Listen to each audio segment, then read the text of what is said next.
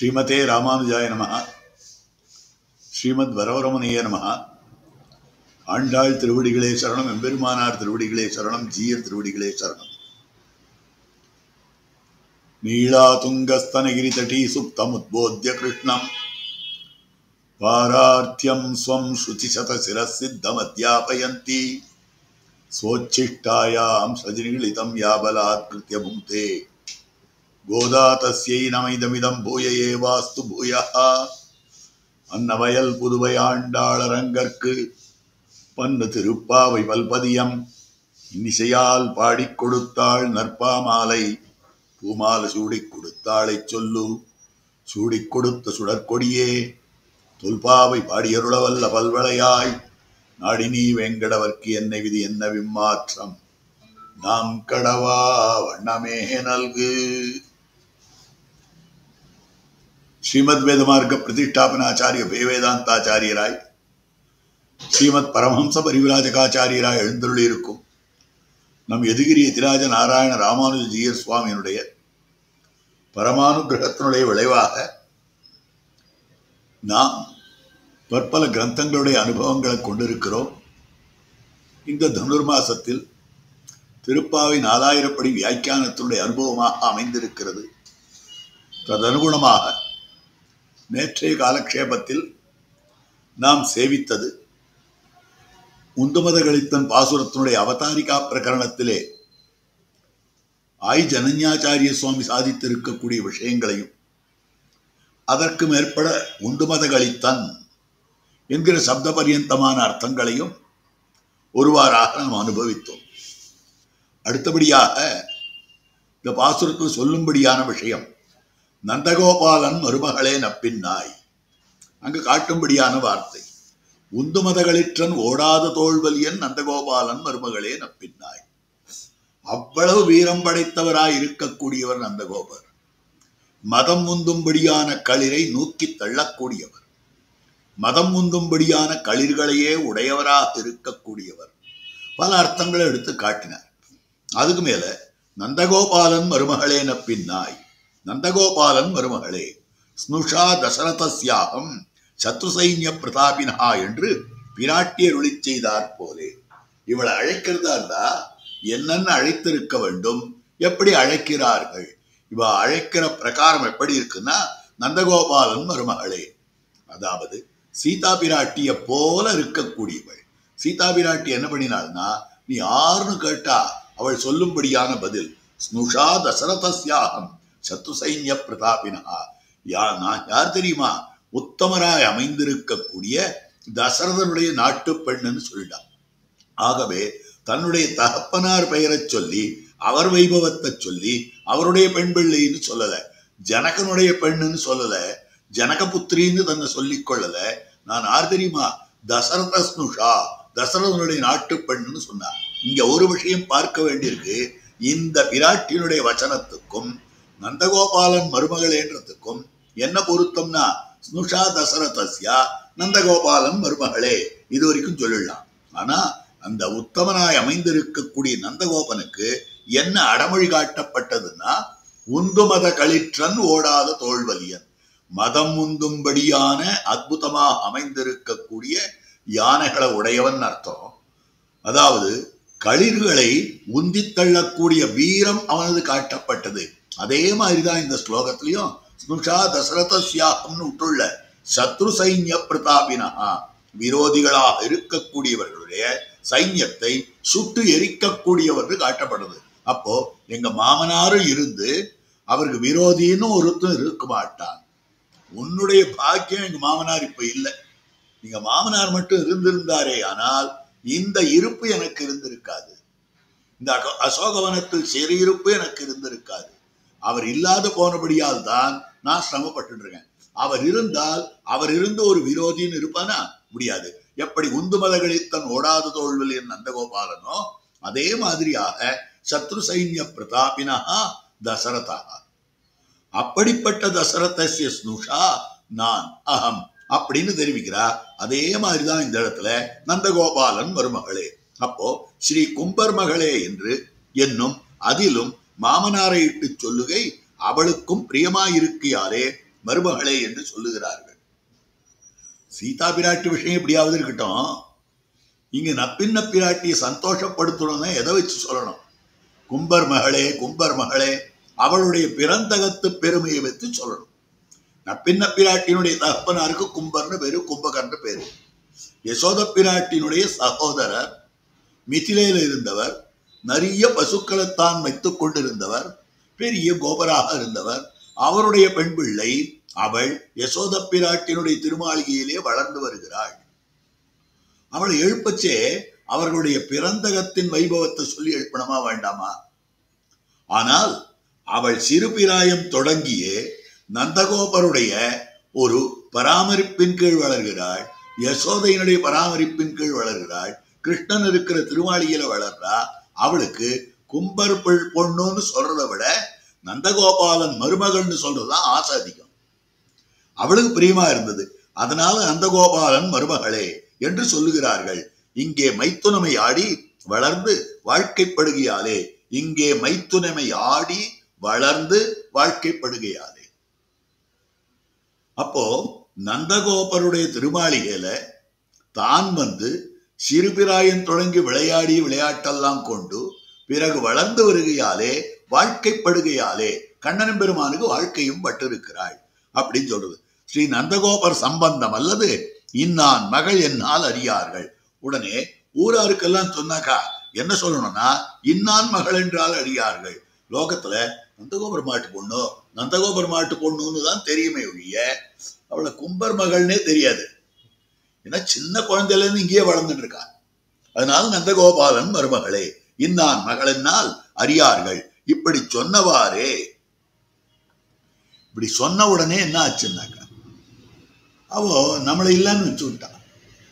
நம்மளைதான் சொல்றான்னு நம்ம எப்படி எடுத்துக்கொள்ள முடியும்? சொன்னவாறே திருவாய்ப்பாடியில் கம்புக்கற்றை மகப்பட ஸ்ரீ நந்தகோபர் மருமகள் அல்லாதார் உண்டோ நமக்கே. ஆறா இருந்தாலும் கம்புக்கற்றைனாக்கா, கம்பு கற்ற போல எந்த ஊரு பெற்று இருந்தாலும் பெண்ணுருவாய் இருந்தால் அது நந்தகோபனுடைய மருமகளாத்தான் இருக்கணும் திருவாய்ப்பாடியில. ஏனென்றால் அத்தனை பேரும் கண்ணனாலே பரிகிரகிக்கப்பட்டவர்கள், அத்தனை பேருடைய மனசும் கண்ணனிடத்திலே பறிகொடுக்கப்பட்டிருக்கின்றன. அத்தனை பேருமே கிருஷ்ணன் கிருஷ்ணன் கிருஷ்ணன் கிருஷ்ணனையே தங்களுடைய கணவனாக கொண்டிருக்கிறார்கள். ஹேமந்தே பிரதமே மாசி நந்தவ்ரஜ குமாரிகாக சேருஹு ஹவிஷ்யம் புஞ்சானாக காத்யாயினி அர்ச்சனம் விரதம். காத்யாயினி அர்ச்சனம் என்னும்படியான ஒரு விரதத்தை அந்த பெண் பிள்ளைகள் கொண்டாடினார்கள். நந்த கோகுலத்திலே இருக்கக்கூடிய ஹேமந்தே பிரதமே மாசி நந்தவிரஜத்திலே இருக்கக்கூடிய குமாரிகாஹா அப்படின்னார். எதுக்காகனா அவ அந்த காத்யாயினி தேவதைன்றதை பிரார்த்திக்கிறார். காத்யாயினி மகாமாயே மகாயோகினி அதீஸ்வரி நந்தகோப சுதம் தேவி பதிம்மே குருதே நமஹா. எல்லாரும் ஏககண்டமாக பிரார்த்திச்சிருக்காங்க. நந்தகோப சுதனை என்னுடைய பதியாக நீ அமைக்க வேண்டும் அப்படின்னு காத்யாயினி தேவியின் இடத்துல பிரார்த்திச்சிருக்கார். அப்ப அத்தனை பேருமே நந்தகோபாலன் மருமகள் தானே. அப்ப கண்ணன் பிறந்த பின்பு திருவாய்ப்பாடியிலே நந்தகோபன் மருமகள் ஆகாதார் ஆறு இருக்கா? நம்ம தான் கூப்பிடுறான்னு நாம ஏன்னு சொல்லணும்?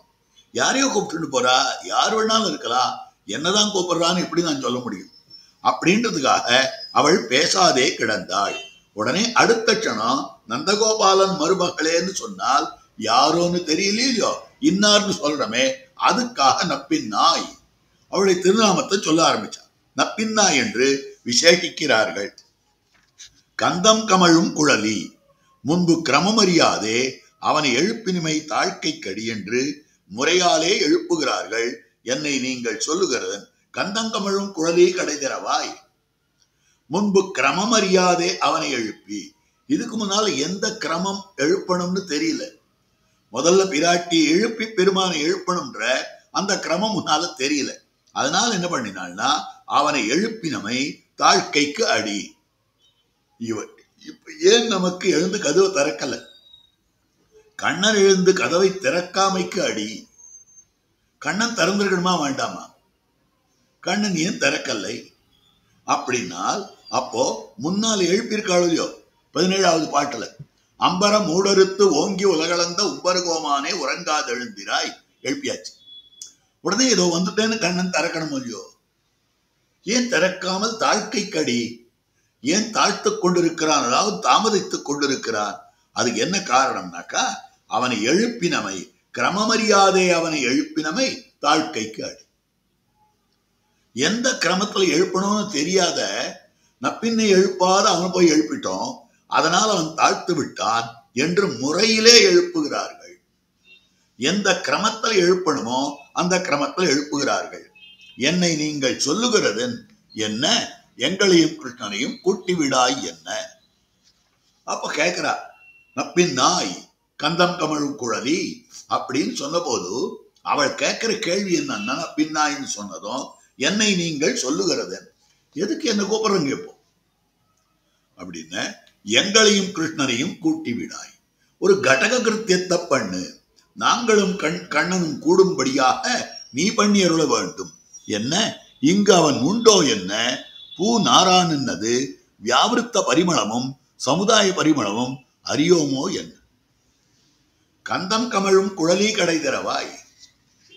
உடனே அப்பின்னை இவாளுக்கு விளையாட்டு காட்டணுன்றதுக்காகவே, இங்கன்னா கண்ணன் இருக்காரான்னா, அவனோட எங்களை சேருன்னு சொல்றிய, கண்ணன் இங்க இருந்தான்னா அவங்களுக்கு கூப்பிட்டு அவனோட குழந்தைகள் வந்திருக்கா அப்படின்னு நான் சொல்ல முடியும். கண்ணன் இங்க இருக்காரோ அப்படின்னு ஏதோ விளையாடுறா. அப்போ இவா பதில் சொல்றா, கந்தம் கமழும் குழலி, பூ வாசனை அபாரமாக இருக்கிறதே, இங்கு அவன் உண்டோ என்ன, பூ நாரானது, வியாவிருத்த பரிமளமும் சமுதாய பரிமளமும் அறியோமோ. வேறுபட்ட பரிமளம் மொத்த பரிமளம். மொத்த பரிமளம்னா திருத்துழாயோட சேர்ந்த புஷ்பத்தினுடைய பரிமளம், வெறும் புஷ்பம் மாத்திரம் இருக்கிற பரிமளம். திருத்துழாயோட சேர்ந்த புஷ்பத்தினுடைய பரிமளம்னா நீயும் அவனுமாக சேர்ந்து இருக்கிற போது வர பரிமளம். வெறும் புஷ்பத்தினுடைய பரிமளம் மட்டும்தான் நீ தலையில சூட்டி கொண்டிருக்கக்கூடிய புஷ்ப பரிமளம் மாத்திரம். ஆக சமுதாய பரிமளமும் அறியோமோ.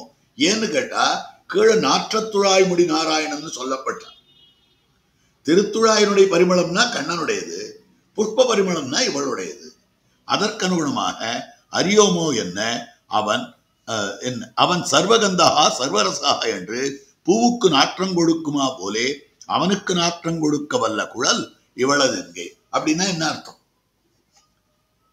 புஷ்பத்துக்கு எம்பெருமான் வாசனையை கொடுக்கிறான், அந்த எம்பெருமானுக்கே வாசனையை பிராட்டி தான் கொடுக்கிறாள். சாஸ்திரம் வேதாந்தம் சொல்றது சர்வகந்தகா சர்வரசா, எல்லா வாசனையும் அவனிடத்துல இருக்கு, எல்லா ரசமும் அவனிடத்துல இருக்கு அப்படின்னு சாஸ்திரம் சொல்றது. அந்த எல்லா ரசமும் உடைய எல்லா வாசனையும் உடையவனான் அந்த எம்பெருமானுக்கே வாசனையை கொடுக்கக்கூடியவள் இவளுடைய குழல். இவளுடைய கேசஸ்பர்சத்தினால்தான் அவனுக்கு விசேஷமான வாசனை. உன் பரிமள போகத்திலே அவன் அழுந்தி கிடக்கும் அனுபவிக்கைக்கு நாங்கள் வேண்டாவோ. அவன் எதில் இருப்பான் தெரியுமா? உன்னுடைய பரிமள போகத்திலே அழுந்தி கிடக்கும். உன்னோட கூட அவ்வளவு சேர்ந்திருப்பான். ஏன்னா உன்னுடைய பரிமளத்தினாலே, உன்னிடமிருந்து வரும்படியான சௌகந்தியத்தினாலே. அப்ப அதுல முழுக்க முழுக்க அவன மூழ்கி கிடப்பான். அப்ப என்ன பண்ணணும்னாக்கா, அதிலே நாங்கள் அனுபவிக்கைக்கு அந்த வாசனையானது, அந்த பரிமளமானது வியர்த்தமா போகக்கூடாது. உன்னுடைய பரிமள கந்தத்துல அவன் அழுந்து கிடக்கிறான். அப்ப அவனோடு சேர்ந்து இருக்கக்கூடிய பரிமளமானது வியர்த்தமாக கூடாது. கடை திறவாய், கிண்ணக வெள்ளத்தை கரை கட்டினார் போலே அடைத்துக் கொண்டு கிடவாதே, எல்லாரும் அன்வயிக்கும்படி வெட்டி விடாய். கந்தம் கமழும் குழலி ஒரு பெரிய ஆற்று வெள்ளம், அந்த வெள்ளத்தை அணை கட்டி விடாதே வெட்டி விடாய். ஒரு பெரிய கிண்ணகம்னாக்கா வெள்ளமா வந்துட்டு இருக்குது, அந்த வெள்ளத்தை அணை கட்டி விடாதே. இவர்கள் அவளுக்கு அவயவத்தோபாதியாகையாலும் சந்தனாதிகளோபாதியாகையாலும் போகோபகரணமாகையாலும் அவளோட புதிக்கும் போது தன் திருமலை தடத்தாலே நெருக்கினவோ பாதி அவளுக்கு பிரியமாயிருக்கையாலும் அவளை எழுப்புகிறார்கள். இப்ப இந்த இடத்துல அவள் கிருஷ்ண பத்னி, இவாளும் கிருஷ்ண பத்னிகளாக இருக்கிறார்கள். இப்ப அவளை என்னத்துக்கு எழுப்பணுவா? வேண்டான்னு சொல்ல வேண்டியதுதானே. என்ன ஒரு வியக்திக்கு பல பத்தினிமார்கள்னா ஒருத்தருக்கு ஒருத்தர் வைமனசியம் இருக்காதா? அதற்கு அனுகுணமாக இவளை கண்டா அவளுக்கு பிடிக்காது, அவளை கண்டா இவளுக்கு பிடிக்காது. அந்த மாதிரி இருக்க வேண்டி இருக்கிற போது இவர்கள் ஆனால் அவளை ஏன் எழுப்புறார்? அங்கதான் காட்டுறார், இவர்கள் அவளுக்கு அவயவத்தோபாதியாகையாலும் இவள்லாம் நப்பின்ன பிராட்டியை விட தங்களை வேறாக நினைக்கலை, நப்பின்ன பிராட்டினுடைய அவயவமாக இவர்கள் நினைத்தார். அவ நப்பின்ன பிராட்டி உடம்புன்னா இவள் உடல் உறுப்புகள் முதல்ல. இரண்டாவது, நப்பின்ன பிராட்டி பகவத் அனுபவம் பண்ணுகிற போது அந்த இடத்துல புஷ்பம் போல, சந்தனம் போல, வாசன திரவியங்கள் போல இவர்கள் இருக்கிறார்கள். அப்போ அவனுடைய போகத்துக்கு உபகரணமாக இருக்கிறார்கள். இவ எப்படி இருக்கன்னா அந்த எம்பெருமா பிராட்டினுடைய அவயவஸ்தானமாகவும் இருக்கிறார்கள், போகத்துக்கு உபகரணமாக இருக்கக்கூடிய, அனுபவத்துக்கு உரித்த உபகரணமாக இருக்கக்கூடிய பொருள்கள் போல இருக்கிறார்கள். அப்படி இருக்கிற போது போகோபகரணமாகையாலும் அவர்களோட புஜிக்கும் போது தன் திருமலை தடத்தாலே நெருக்கின உபாதி அவளுக்கு பிரியமாயிருக்கையாலும் இத்தனை கோபிமார்களோடு சேர்ந்து பகவத் கைங்கரியம் பண்ணுகிற போது அவளுக்கு பிரியமாக இருக்கிறது. தன்னுடைய எத்தனை அவயவங்களையும் கொண்டு கிருஷ்ணாலிங்கனம் பண்ணி கொண்டால் எவ்வளவு சந்தோஷமோ அத்தனை சந்தோஷம் கோபிகளோடு சேர்ந்து எம்பெருமானுக்கு கைங்கரியம் பண்ணுகிற போது அவளுக்கு பிரியமாயிருக்கையாலும் அதனால அவளை எழுப்புகிறார்கள். அப்ப அவளை இவா ஏன் எழுப்பணும் அப்படின்னு கேட்டால், அவளுக்கு இவா பேர்ல வெறுப்பு வரலாமே, இவாளுக்கு அவா பேர்ல வெறுப்பு வரலாமேனா வராது. ஏனென்னால் ஒரு பெண் பிள்ளை பர்த்தாவை தொடுகிற போது என் கை தானே தொட்டுது, நான் தொடலையேன்னு வருத்தப்படுவா? அந்த பெண் பிள்ளையினுடைய கை எப்படி அவ்வளவுக்கு அவயவமா இருக்கிறதோ அந்த மாதிரி அந்த நப்பின்ன பிராட்டியினுடைய கையும் காலுமாக இருக்கிறவோ பாதி இத்தனை பெண் பிள்ளைகளும் இருக்கிறார்கள். அதனால வைமனசியம் கிடையாது ரெண்டு பேருக்கும். இரண்டாவதான அம்சம் காட்டப்பட்டிருக்கக்கூடிய அற்புதமான விஷயமாக இருக்கிறது சச்சந்தனாதிகளோபாதியாகையாலும். அப்ப ஸ்ரக்கு சந்தனம், சச்சந்தனம்னா புஷ்பம் சந்தனம், இவெல்லாம் அனுபவ காலத்துல வேண்டப்பட்டதாய் அமைந்திருக்கக்கூடிய பரிமள திரவியம் அலங்கார திரவியங்களை போல இருக்கிறார்கள். அப்ப அந்த அலங்கார திரவியங்கள் என்பது நாயகிக்கு பிரியமா இருக்குமா இருக்காதா? அலங்கார திரவியங்களோட சண்டை போடுவோம் நாயகி. அதனால கை காலா இருந்தாலும் அனுபவத்துக்கு உபகரணம், சிரச்சந்தனமா இருந்தாலும் அனுபவத்துக்கு உபகரணம். ஆக கிருஷ்ணானுபவம் நப்பின் நப்பிராட்டி பண்ண வேண்டும் என்னால் அதுக்கு உபகரணங்கள் இவாழ்லாம். அப்படி அமைந்திருக்கக்கூடியது. அதனாலே அவர்களோட புஜிக்கும் போது தன் திருமலத்தனத்தாலே நெருக்கினவோ பாதி அவளுக்கு பிரியமாயிருக்கை. அவளை எழுப்புகிறார்கள். உந்தன் திருவுள்ளம் இடர்களும் தோறும் நாங்கள் வியக்கை இன்புறுதும் என்ன கடவதிரே. ஆழ்வாருடைய வேய்மரு தோழினை பிரமேயம் ஆச்சரியமான பிரமேயம். வேய்மரு தோழினேல ஆழ்வார் காட்டக்கூடிய விஷயம் அற்புதமான விஷயம். கண்ணனும் ஆழ்வாரும் ஒரு படுக்கையிலே படுத்திருக்கிறார்கள். அப்ப கண்ணனும் பெருமான் புறப்பட்டு போவதற்கு சித்தமாகிறார். போக வேண்டாம்னு ஆழ்வார் தடுக்கிறார் நாயிகா பாவத்துல. அப்ப கண்ணனும் பெருமான் சொல்றான், நான் எது குலத்துல உதித்தவனா இருந்தாலும் இப்ப கோபகுலத்துல இருக்கேன், அதனால பசு மேய்க்கிறது என்னுடைய கர்த்தவியாம்சம், நான் பசுவை மேய்த்தாகணும், அதுக்காக நீ அனுமதித்தே ஆகணும்ன்றார். வேண்டாம் இரேன்னு ஆழ்வார் சொல்றார். என்ன நாயகிக்கு உண்டானதான ஒரு ஈடுபாடு. அப்ப சொல்றா, பசு மேய்க்கிறது அதெல்லாம் இல்ல, எங்க அம்மா இருக்காளே அவ என்ன பண்ணுவோம், கம்பளி வச்சுட்டு காத்துட்டு போ, இந்த கம்பளி என் தலையில போத்து விட்டு கண்ணுக்குட்டி மேய்ச்சிட்டு வா, பசு மேய்ச்சிட்டு வா அப்படின்னு சொல்லிட்டு, அதுக்காக நான் போகணும், அம்மா சொல்லுவான்னு போகணும். போக வேண்டாமேன்னு எடுக்கிறார். இல்ல அவசியம் போகணும். ஏன்? அம்மாவிண்டையும் பயம் கிடையாது, நான் என் வர்ண தர்மத்தை அனுஷ்டிக்கணும்ன்ற பயமும் கிடையாது. ஆனால் எனக்கே ஆசையா இருக்கு போகணும். ஏன் என்ன ஆசை போகணும்னு? பசு மேய்க்கணும்னு ஆசை கிடையாது. அங்க யமுனா நதிக்கரையில நிறைய பெண்களை வர சொல்லியிருக்கேன், அவளோட சந்தோஷமா இருக்கணும், அதுக்காக. உடனே ஆழ்வார் தெரிவிக்கிற வார்த்தை, காட்டு பக்கம் போனேன்னா அசுரர்கள் வங்கையர் கஞ்சனேவா. கம்சனாலே ஏவப்பட்ட அசுரர்கள் அவ்வளவு சின்ன பின்னப்படுத்திடுவான். உன்னை அவ்வளவு சிரமப்படுத்துவா. அதனால நீ அந்த பக்கம் போகாத. உனக்கு அந்த பெண் பிள்ளைகள் மீது ஈடுபாடு இருந்தால் அவ அத்தனை பேரும் இங்க வந்து சொல்லு. நாங்கள் வியக்க இன்புறுதும் எம் பெண்மை ஆற்றும். நாங்கள் சந்தோஷப்படும்படியாக நீ சந்தோஷப்படு. எம் பெண்மை ஆற்றும், நாங்கள் பெண்களாயிற்றே, இன்னொரு பெண்ணோட கூட நீ கூடியிருக்கிறாயே அப்படின்னு எங்களுக்கு அதெல்லாம் கோபமே வராது. உந்தன் திருவுள்ளம் இடர்கடும் தோறும் உனக்கு எவ்வளவு திருப்தியான அனுபவமோ நீ கொள்ளுவாயா. நாங்கள் வியக்க இன்புறுதும் என்ன கடவதிரே. அதை எடுத்து இங்க உதாரணத்துக்கு காட்டுறார். மத்திய ராத்திரியிலே வந்து எழுப்புகிறது போது விடிய வேண்டாவோ அவனும் கேட்கிறான். எப்படி கோவில் காப்பான் வாயில் காப்பான் மத்திய ராத்திரியிலே வந்து எழுப்புகிறீர்களேன்னு சொன்னானோ, அதே மாதிரி மத்திய ராத்திரியிலே வந்து நடுராத்திரியில எதுக்காக எழுப்புறங்கோ? போது விடிய வேண்டாவோ. எழுந்திருக்கணும்னா போது விடியணுமே. போது விடியாது எழுந்திருப்பாளா அப்படின்ற. என்ன போது விடிந்தது என்ன? விடிஞ்சு கொடுத்தே. உள்ள படத்துல போர்வை போதுன்னு போது விடிஞ்சுதான்னு கேட்கிற. உடனே போது விடிஞ்சு கொடுத்துன்றதுக்கு என்ன அடையாளம் சொல்லு அப்படின்னு ஆகும். விடிந்தமைக்கு அடையாளம் சொல்லுங்கோள் என்ன? கோழி கூவான் என்னது? கோழி அழைத்தன, கோழி கூவிட்டுனா அது சாம கோழிகான். அது ஒரு ஜாமத்துக்கும் கூவிட்டு இருக்கும். ஜாமக்கோழி அது. அது சாமக்கோழிகான் என்ன என்றாள். என்ன ஒண்ணாது வந்தெங்கும் கோழி அழைத்தனகான் என்கிறாள். இது சாமக்கோழினா ஏதோ ஒரு கூவி ஒரு தரம் கூவிட்டு அப்படியே கத்திட்டு விட்டுரும். ஏதோ அந்த ஜாமத்துக்கு கொக்கரகோன்னு கத்தும் விட்டுரும், அவ்வளவுதான்.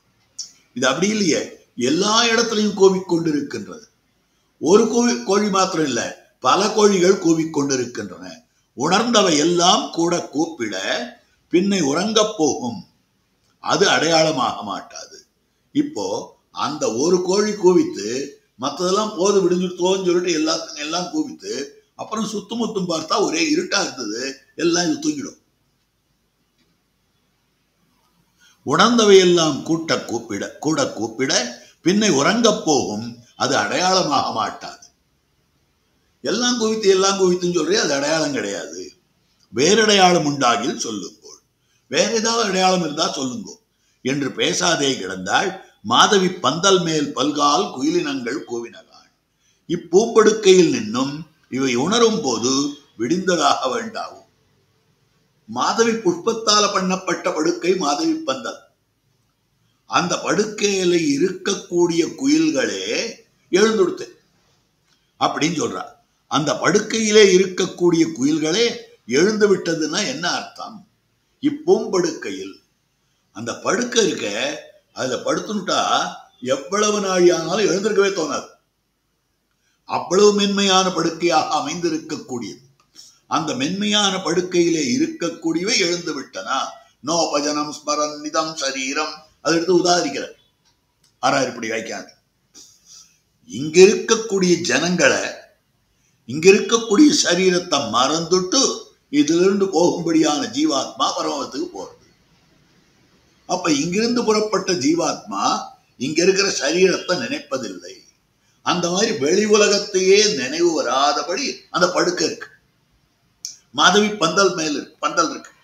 அந்த பந்தல்ல பல்கால் குயிலங்கள் கூவினகான் அப்படின்னு சொல்லும்படியான வார்த்தை வேறடையாளம். மாதவி பந்தல் மேல் உன்னுடைய ஸ்பர்சமும் நோக்கும் தாரகமாயிருக்கிற குயில்கள் விடிந்த பின்பும் உன்னை காணப்பெறாமையாலே நாக்கொட்டி பலகால் கூப்பிடுகின்றன. மாதவி பந்தல் மேல் குயில்கள் ஒரு தரங்கத்துல கூக்குன்னு 2-3 தரங்கத்துல கத்திண்டே இருக்கு. ஏன் கத்திக்கொண்டே இருக்கிறதுனாக்கா, உன்னுடைய ஸ்பர்சமும் நோக்கும் தாரகமாயிருக்கிற குயில்கள். அந்தந்த குயில்லாம் உன் பக்கத்துல வந்து உட்காரும், உன் மடியில வந்து உட்காரும். நீ நிதானமா அதை தடவி கொடுப்ப. நீ தடவுறதுதான் அதுக்கு சந்தோஷம். நீ தடவுறதுதான் அதுக்கு இருக்கிறதே இருப்பு. அது உணவு உண்டால் உண்டார் போலே இருப்பதில்லை. ஆனால் நீ தடவினால் அது சாப்பிட்டா போல இருக்கு. ஆகவே அதுக்கு தாரகம் உன்னுடைய ஸ்பர்சம், உன்னுடைய நோக்கு. நீ அழகா பார்ப்ப, அந்த குயிலை கையில வச்சுட்டு பார்க்கக்கூடியவள். உன்னுடைய ஸ்பர்சமும் நோக்கும் தாரகமாயிருக்கிற குயில்கள் விடிந்த பின்னும் உன்னை காணப்பெறாமையாலே. நாம தூங்கிச்சே அவளும் தூங்கிட்டா, போது விடிஞ்சு கொடுத்து நாம எழுந்துட்டோம், இன்னும் எழுந்திருக்கலையே, இன்னும் நப்பின்னையை காணலையே, இன்னும் நப்பின்னையை காணலையேன்னு உன்னுடைய கிரகத்திலே இருக்கக்கூடிய கிருஷ்ணன் திருமாளிகையிலே இருக்கக்கூடிய மாதவி பந்ததிலே குயில்கள் ஒரு தரம் 2 தரம் இல்ல பெறாமையாலே நாக்கு ஒட்டி போச்சு. பலகால் கூப்பிட்டு நின்றன. கொஞ்சம் நஞ்சம் இல்ல, பலதரம் கூப்பிட்டு நின்றனகான் என்கிறார்கள். அவையும் மேலே கூவ நாங்கள் கீழே கூவான் என்னும். பந்தலுக்கு மேல அது கூவுறது, உன் கட்டிலுக்கு கீழே நாங்க கூவின்றோம். அந்த மாதிரி கூவான் என்னும். மாதவி பந்தல் மேல் சுகஸ்பர்ஷத்தாலே நோபஜனம் ஸ்மரன் என்கிற படுக்கையிலே உறங்குகிறவை. அதுதான் காட்டுறார். 6000 வியாக்கியானத்தில் இதை காட்டியிருக்கார். சுகஸ்பர்ஷத்தாலே நோபஜனம் ஸ்மரன் என்கிற படுக்கையிலே. எப்படிப்பட்ட படுக்கை? எல்லாவற்றையும் மறக்கவற்றவா இருக்கக்கூடிய படுக்கையிலே உறங்குகிற அந்த மாதவி பந்தல் மேல் பல்கால் குயிலினங்கள் கூவினவாள். பந்தார் விரலி, பந்தும் கையும் பொருந்தினபடி. அந்த விரல்ல பந்த பிடிச்சிட்டு இருக்கா. இந்த பந்தும் கையும் எப்படி பொருந்திருக்கு தெரியுமா? எப்படி அழுத்தமா இருக்கு தெரியுமா? என்ன, கிருஷ்ணனை ஒரு கையாலும் பந்தை ஒரு கையாலும் அணைத்துக் கொண்டு கிடக்க, செண்டை ஒரு கையாலும் அவளை ஒரு கையாலும் அணைத்துக் கொண்டு கிடக்கும். அப்போ பந்தும் கையும் பொருந்தினபடி இவள் என்ன பண்றான்னா, கண்ணன் ஒரு கையால இப்படி பிடிச்சிட்டு இருக்கா, இன்னொரு கையால பந்த பிடிச்சிட்டு இருக்கா. அவன் என்ன பண்றான்னா, செண்டு பூச்செண்டாக அமைந்திருக்கக்கூடியது அதனை ஒரு கையாலே பிடித்துக் கொண்டு அவளை ஒரு கையாலே அணைத்துக் கொண்டு கிடக்கும். அந்த பந்து நாமாயில் எங்களை கைவிட வேண்டா என்கிறார்கள். பந்தார் விரலி, அந்த பந்து நாங்கள்னு சொன்னா என்ன நீ கைவிடக்கூடாது அப்படின்னு சொல்லக்கூடிய வார்த்தையாக இருக்கு. இவன் இவளுக்கு போகோபகரணம், பந்து லீலோபகரணம். பிராட்டிக்கு அனுபவத்துக்கு போகத்துக்கு கருவியாக பகவான் இருக்கிறார். பிராட்டினுடைய லீலைக்கு விளையாட்டு கருவியாக இருக்கக்கூடியது இந்த பந்து. ஒரு கையிலே நாரமாயிற்று, ஒரு கையிலே அயனமாயிற்று. ஒரு கையில நாரத்தை பிடிச்சிருக்கா, ஒரு கையில அயனத்தை பிடிச்சிருக்கா. நாரம் பந்து, நித்திய வஸ்துக்களுடைய கூட்டு. பந்துன்னா என்னன்னா, சாஸ்திரம் காட்டுறது லோகித சுக்ன கிருஷ்ணா, 3 விதமான நூலாலே செய்யப்பட்டிருக்கக்கூடிய பந்து. 3 விதமான நூல்னா, வெளுப்பு நூல் இருக்கும், சிகப்பு நூல் இருக்கும், கருப்பு நூல் இருக்கும். இந்த வெளுப்பும் சிகப்பும் கருப்புமாக அமைந்திருக்கக்கூடியது 3 வித நூலாலே பண்ணப்பட்டிருக்கக்கூடிய பந்துதான் இந்த பிரகிருதி மண்டலம் முழுவதும். ஏனென்றால் இந்த பிரகிருதி மண்டலம் முழுவதுமே சத்வம் ரஜஸ்தமீதி குணாகா பிரகிருதி சம்பவாகா, சத்வரஜஸ்தமோ குணங்களுடன் கூடியிருக்கக்கூடியது இந்த பிரகிருதி. அப்ப இந்த சத்வரஜஸ்தமோ குணங்களுக்கு என்ன நிறம்னா, சத்வத்துக்கு வெள்ளை நிறம், ரஜஸுக்கு சிகப்பு நிறம், தமசுக்கு கருப்பு நிறம். ஆக இந்த நாரங்கள்னு சொன்னா தமசுக்களால் ஆகி இருக்கக்கூடிய இந்த பிரகிருதி மண்டலம். இதை ஒரு கையால தொட்டு இருக்கா. மத்தொன்னு, இந்த நாரங்களுக்கு அயனமாயிருக்கக்கூடிய நாராயணன் இருக்கிறானே கண்ணன், அவனை மற்றொரு கையாலே தொட்டு கொண்டிருக்கக்கூடிய ஒரு விஷயம். அடுத்தது இன்னொரு அர்த்தம் காட்டுறார்.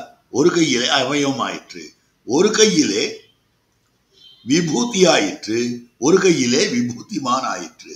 இந்த நார சப்த கடிதமாயிருக்கக்கூடிய இந்த பிரகிருதி மண்டலம் முழுவதுமே என்ன ஆறுதுனாக்கா, அவனுக்கு சொத்தாய் இருக்கிறது, அவனுக்கு ஐஸ்வர்யமாய் இருக்கிறது.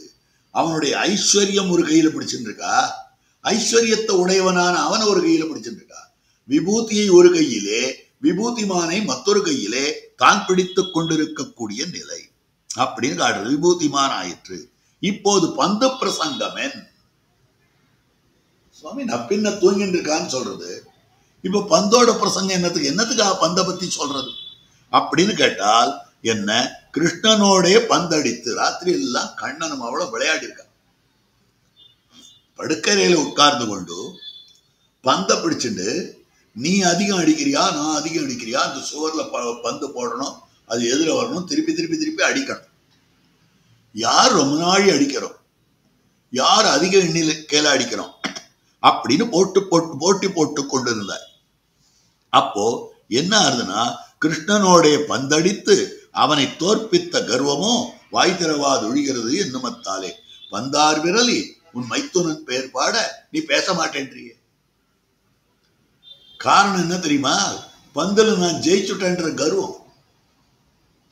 அதனால வாய் திறவாது ஒழிகிறது என்னுமத்தாலே. திறந்தால் நீங்கள் செய்ய கடவதன். சரி, நாம் வாயை திறந்து இந்த கதவை திறந்தால் நீங்க என்ன பண்ணுவோங்க அப்படின்னு கேட்டான். உன் மைத்துனன் பெயர் பாடா, நீயும் அவனும் மைத்துனமை கொண்டாடி 1க்கு 9 சொல்லி இட்டீடு கொள்ளும் போது மத்தியஸ்தராய் நில்லாதே உன் பக்கத்திலே நின்று அவன் தோல்விக்கு கவிபாட கடவோம். உன் மைத்துனன் பெயர் பாடா, உன் மைத்துனன் உன்னோடு மைத்துனம கொண்டாடுபவனாய் அமைந்திருக்கக்கூடிய கிருஷ்ணன், அந்த கிருஷ்ணனுடைய பெயரை பாட வேண்டும். இந்த சகஸ்ரநாமம் சொல்ல போறோங்களா? விஸ்வம் விஷ்ணு வஷட்காரோ பூத பவ்ய பவத் பிரபு. அப்படி இல்ல, நீ அவனும் பந்தடித்தீர்கள், நீ ஜெயித்து விட்டாய், அவன் தோற்று விட்டு இருக்கிறான். இதனால் 2 பேருக்கும் விவாதம் ஏற்பட்டது. 1 கொடுத்து 10 வாங்கிப்பான். ஏதாவது ஒரு வார்த்தை அவன் சொல்லுவான், 10 வார்த்தை நீ சொல்லுவ. அந்த மாதிரி அமைந்திருக்கக்கூடியது. அதுதான் இட்டீடு கொள்ளும் போது. 1க்கு 9 சொல்லி இட்டீடு கொள்ளும் போது நாங்க என்ன பண்ணோம்? நடுமினில நின்று 2 பேருடைய சண்டையை நீக்கிறதுக்காக நடுவுல நின்று மத்தியஸ்தம் பண்ணணும்.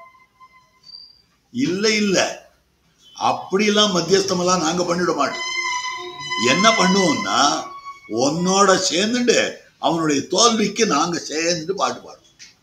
அவ உன் மைத்துனன் பேர் பாடான்னா உன் மைத்துனுடைய குணங்களுக்காக இல்லை, உன் மைத்துனுடைய தோல்விக்காக அமைந்திருக்கக்கூடிய பாட்டு என்னெல்லாம் உண்டோ அதெல்லாம் பாட ஆரம்பிப்போம். அற்புதமான விஷயமாக அமைந்திருக்கக்கூடியது. மத்தியஸ்தராய் நில்லாதே உன் பக்கத்திலே நின்று அவன் தோல்விக்கு கவிபாட கடவோம் என்கிறார்கள். திருமங்கையாழ்வார் எண்ணரும் சீர் பேராயிரமும் பிதத்தி பெருந்தெருவே ஊராரிகளிலும் ஊராதொழியே நான் வாரார்ப்பும் பெண்ணமடல் என்ன அவனுடைய 1000 பேரையும் பிதற்றுவோம். எண்ணரும் சீர் பேராயிரமும் பிதற்றின்னு காட்டுறார். சரி, எண்ணரும் சீர் பேராயிரமும் பிதற்றுவோர்னா என்ன அர்த்தம்? எண்ணற்கு அரியதா இருக்கக்கூடிய திருக்கல்யாண குணங்களுடன் சேர்ந்ததா இருக்கக்கூடிய 1000 திருநாமங்கள் யானி நாமானி கௌணானி. அவனுடைய திருக்கல்யாண குணங்களை சொல்லக்கூடிய 1000 திருநாமங்கள் அப்படின்னா இது திருமடல்ல வரக்கூடிய வார்த்தை. எண்ணரும் சீர் பேராயிரமும் பிதத்தி பெருந்தெருவே ஊராரிகளிலும் ஊராதொழியே. அவனுடைய 1000 திருநாமத்தை சொன்னா ஊராரிகள் வாடா, நான் மடலூர போறேன்னு அவனை இகழப் போறேன்னு தான் அர்த்தம். அவனுடைய தோஷங்களை சொல்ல போறேன்னு அர்த்தம். அதனால எண்ணரும் சீர்ன்றது அவனுடைய திருக்கல்யாண குணங்களுக்கு இல்ல. வேதவியாசர் திருக்கல்யாண குணங்களுக்கு 1000 திருநாமம் எழுதினார் பீஷ்மர் மூலமா. நான் அவனுடைய தோஷத்துக்காக 1000 திருநாமம் எழுத போறேன். ஆக அவனுடைய தோஷத்துக்காக எழுதப்படும்படியான 1000 திருநாமம் அப்படின்னு சொல்றா போல இந்த இடத்துல தோல்விக்காக அவனுடைய பெயர் பாட வேண்டும், தோற்றதுக்காக அவனுடைய பெயர்களை பாட வேண்டும். உன் மைத்துனன் பெயர் பாடா அப்படின்னு சொல்றான். தோல்விக்கு கவிபாட கடவோம் என்கிறார்கள். இருவரும் ஒன்றாய் செல்லும் என்று செல்லவும் பிரிந்தவன்று தாய் பட்சத்திலே பிரஜைகள் நிற்பது. தாயார் தகப்பனார் ஒன்னா இருந்தாக்கா குழந்தைகள் கூடவே போயிட்டு இருக்கும். அவ 2 பேருக்கு ஏதாவது கொஞ்சம் சண்டை வந்துருந்தா குழந்தைகள் தாயார் பக்கம் சேர்ந்துட்டு தகப்பனார் தான் இழிவுபடுத்தும். இது குழந்தைகளுடைய சுவாவம். நாங்கள்லாம் குழந்தைகள் இல்லையா? உனக்கும் அவனுக்கு சண்டை வந்துதான் பின்ன பிராட்டியே உன் பக்கத்தில் நாங்க நிற்போம், பெருமாள் பக்கத்தில் நிற்க மாட்டோம். உன் மைத்துனன் பெயர் பாடா, உன்னோட சண்டை போட்டவனுடைய தோஷங்களை சொல்லன்னு அர்த்தம், தோல்வியை சொல்லன்னு அர்த்தம். இதுக்கு திருஷ்டாந்தம் காட்டுறார். அஸ்மின் மயாசார்த்தம் சீதா பிராட்டியை தேடிண்டு கோதாவரி கரைக்கு வருகிறார்கள் ராமலக்ஷ்மணர்கள் 2 பேரும். அங்க ஒரு பெரிய பாறை கோதாவரி கரையில அது மேல நிக்கிறார். லக்ஷ்மணா ஞாபகம் இருக்கா? ஞாபகம் இருக்கா? அஸ்மின் மயாசார்த்தம் உதார சீலா சிலாத்தலே பூர்வம் போபவிஷ்டா காந்தஸ்மிதா லக்ஷ்மண ஜாத்தஹாசா துவாமாக சீதா பகுவாக்கிய ஜாத. இந்த இடம் பார்த்தியா? இந்த இடத்துல நிதி பெற்றேன், நிதியை இழந்ததும் இந்த இடம்தான். திருமங்கையாழ்வாருடைய பாசுரம். இங்கே இருவராய் வந்தார், என் முன்னே நின்றார், கைவண்ணம் தாமரை வாய்க்கமலம் போலும் கண்ணினையும் அரவிந்தம் அடிமகுதே அவ்வண்ண தவறு நிலைமை கண்டும் தோழி அவரை நாம் தேவரன் நஞ்சினோமே. இங்கே இருவராய், இங்கேன்னா என்ன அர்த்தம் தெரியுமா? திருமங்கையாழ்வார் அந்த சோலையிலே தான் அற்புதமாக பூக்கொய்யான்னு போனார். வயலாளி மணவாள பெருமாள் வந்து, அதாவது திருவரங்கத்தெம்பெருமானி சொல்லணும், திருவரங்கத்தெம்பெருமான் வந்து திருமங்கையாழ்வாரோட சேர்த்தார். கொஞ்ச நாளில பெரிய திருவடி நாயனார் வந்தார். இன்னும் இங்க நின்று இருக்கியான்னு கேட்டார். என்னை விட்டுட்டு பரவிட்டு போயிட்டான். அப்ப நிதி பெற்ற இடமும் இதுதான், நிதி இழந்த இடமும் இதுதான். இங்கே எது போலனா அஸ்மின் மயாசார்த்தம், சீதா பிராட்டியாகிற நிதியை பெற்று அனுபவித்த இடமும் இந்த பாறை மேலதான். இப்ப அத பிரிஞ்சு அழுதுட்டு இருக்கிற இடமும் இதுதான். அஸ்மின் மயாசார்த்தம். லக்ஷ்மணன் ஞாபகம் இருக்கா? என்ன நடந்தது, எது ஞாபகம் இருக்கா அப்படின்னு கேட்டா, ராமன், லக்ஷ்மணன், சீதை 3 பேரும் கோதாவரி கரையில இருக்க. அந்த பாறையை பார்த்தா நதியினுடைய பிரவாகம் தாங்கல ஆனந்தம். இந்த நதியில நீச்சல் அடிக்கலாமேன்னு தோணிது. உடனே நீச்சலை வெறும் அடிக்கிறத போட்டியா வச்சுக்கலாமான்னு, போட்டியா வச்சுக்கலாம். போட்டியில லக்ஷ்மணா நீ வந்து நடுவனா நெரு, நீ தான் ஜட்ஜ் பண்ணணும், ஜட்ஜா இருக்கணும். எங்க 2 பேர்ல யார் ஜெயிக்கணும்னு பாரு. யார் நன்னா நீச்சல் அடிக்கிற எதிர்கரைக்கு போகணும், எதிர்கரையில இருந்து மண்ணை எடுத்தது இங்க வந்துடணும், யார் பண்றோம்னு பாரு அப்படின்ற போது 2 பேரும் ஏக காலத்துல ராமனும் சீத்தையும் குதிச்சா. அப்ப லக்ஷ்மணன் இந்த பாறை மேல நின்று பார்த்துட்டு இருக்காரு. சீதா பிராட்டி வேக வேகமா போனா, அங்க போய் மண் எடுத்துட்டு திரும்பி வந்துட்டா. இந்த பாறை மேல நிக்கிறா. பெருமாள் அப்பதான் திரும்பி வந்துட்டு இருக்காரு. ஆவுன்னு நீச்சல் அடிச்சுன்னு வந்துட்டு இருக்காரு. அப்படி அடிச்சுன்னு வந்துட்டு இருக்கிற போது பெருமாள் வந்து இப்படி பார்த்துட்டு இருக்கார். இளைய பெருமாள் இடத்துல சீதா பிராட்டி சொல்றார், லக்ஷ்மணா நீங்கள்லாம் ஆண் புலிகள், நீங்கள்லாம் எப்படிப்பட்ட வீரர்கள், உங்க தமையனார் அவ்வளவு பெரிய வீரர், அவர் ஜெயிச்சுட்டார், என்னால ஜெயிக்க முடியல, நான் தோத்துட்டேன் அப்படின்னு ராமனை பரியாசம் பண்றார். அப்ப லக்ஷ்மணன் என்ன கேட்டிருக்கணும், ஏன் பரியாசம் பண்றீர், என்னமா ஒரு உமக்காக விட்டு கொடுத்தாருன்னு ஏதாவது சொல்லணும். ஆமாமா நாங்கெல்லாம் வீரர்கள் தான், எங்களால ஜெயிக்க முடியாதான், நாங்க எல்லாத்தையும் ஜெயிப்போம், உங்களால ஒண்ணுமே பண்ண முடியாது அப்படின்னு பிராட்டியோட சேர்ந்துட்டு பெருமானை இவரும் பரியாசம் பண்றார். குழந்தைகள் எப்படி தாயார் தகப்பனாருக்குள்ள விவாதம் வந்தால் தாயார் பக்கம் போகுமோ, அந்த மாதிரி இளைய பெருமாள் சீதா பிராட்டி பக்கம் போனார். அந்த மாதிரி கோபிமார்கள் நப்பின் நப்பிராட்டி பக்கம் வருவோம் என்கிறார்கள். அதை சொல்றது அஸ்மின் மயாசார்த்தம் என்கிறபடியே இளைய பெருமாள் பிராட்டி பட்சத்திலே நின்றார் போலே பேர்பாடா நாமம் பலவுமுடைய நாரண நம்பி என்று அவனுக்குள்ளனெல்லாம் சொல்லிக் கொடுக்கைக்கு, உன் மைத்துனன் பேர்பாடு அவனுக்கு என்னென்ன உண்டோ அத்தனையும் சொல்லிக் கொடுக்க வேண்டும். செந்தாமரை கையால் சீரார் வளையளிப்பா. உன் மைத்துனன் பேர்பாடான்னா அவனுடைய பேரை நாங்கள் பாடுறதுக்கு நீ திறக்கணும், அவன் பேரை நீங்க பாடுறதுக்கு நாயனத்துக்கு திறக்கணும். இதுல இவ சம்பந்தம் என்ன இருக்கு? எதுக்காக நான் கதவை திறக்கணும், எதுக்காக நான் வாயை திறக்கணும்னு அவ கேட்கிறா. மாதவி பந்தல் மேல் பல்கால் குயிலினங்கள் கூவினகான் பந்தார் விரலின் மைத்துனன் பேர்பாடு. என்னத்துக்காக நான் பாட்டு இங்க எடுத்துட்டு போறேன், படுத்துட்டு போறேன், நீங்க அவன் பேரை பாடிக்கோங்களேன்.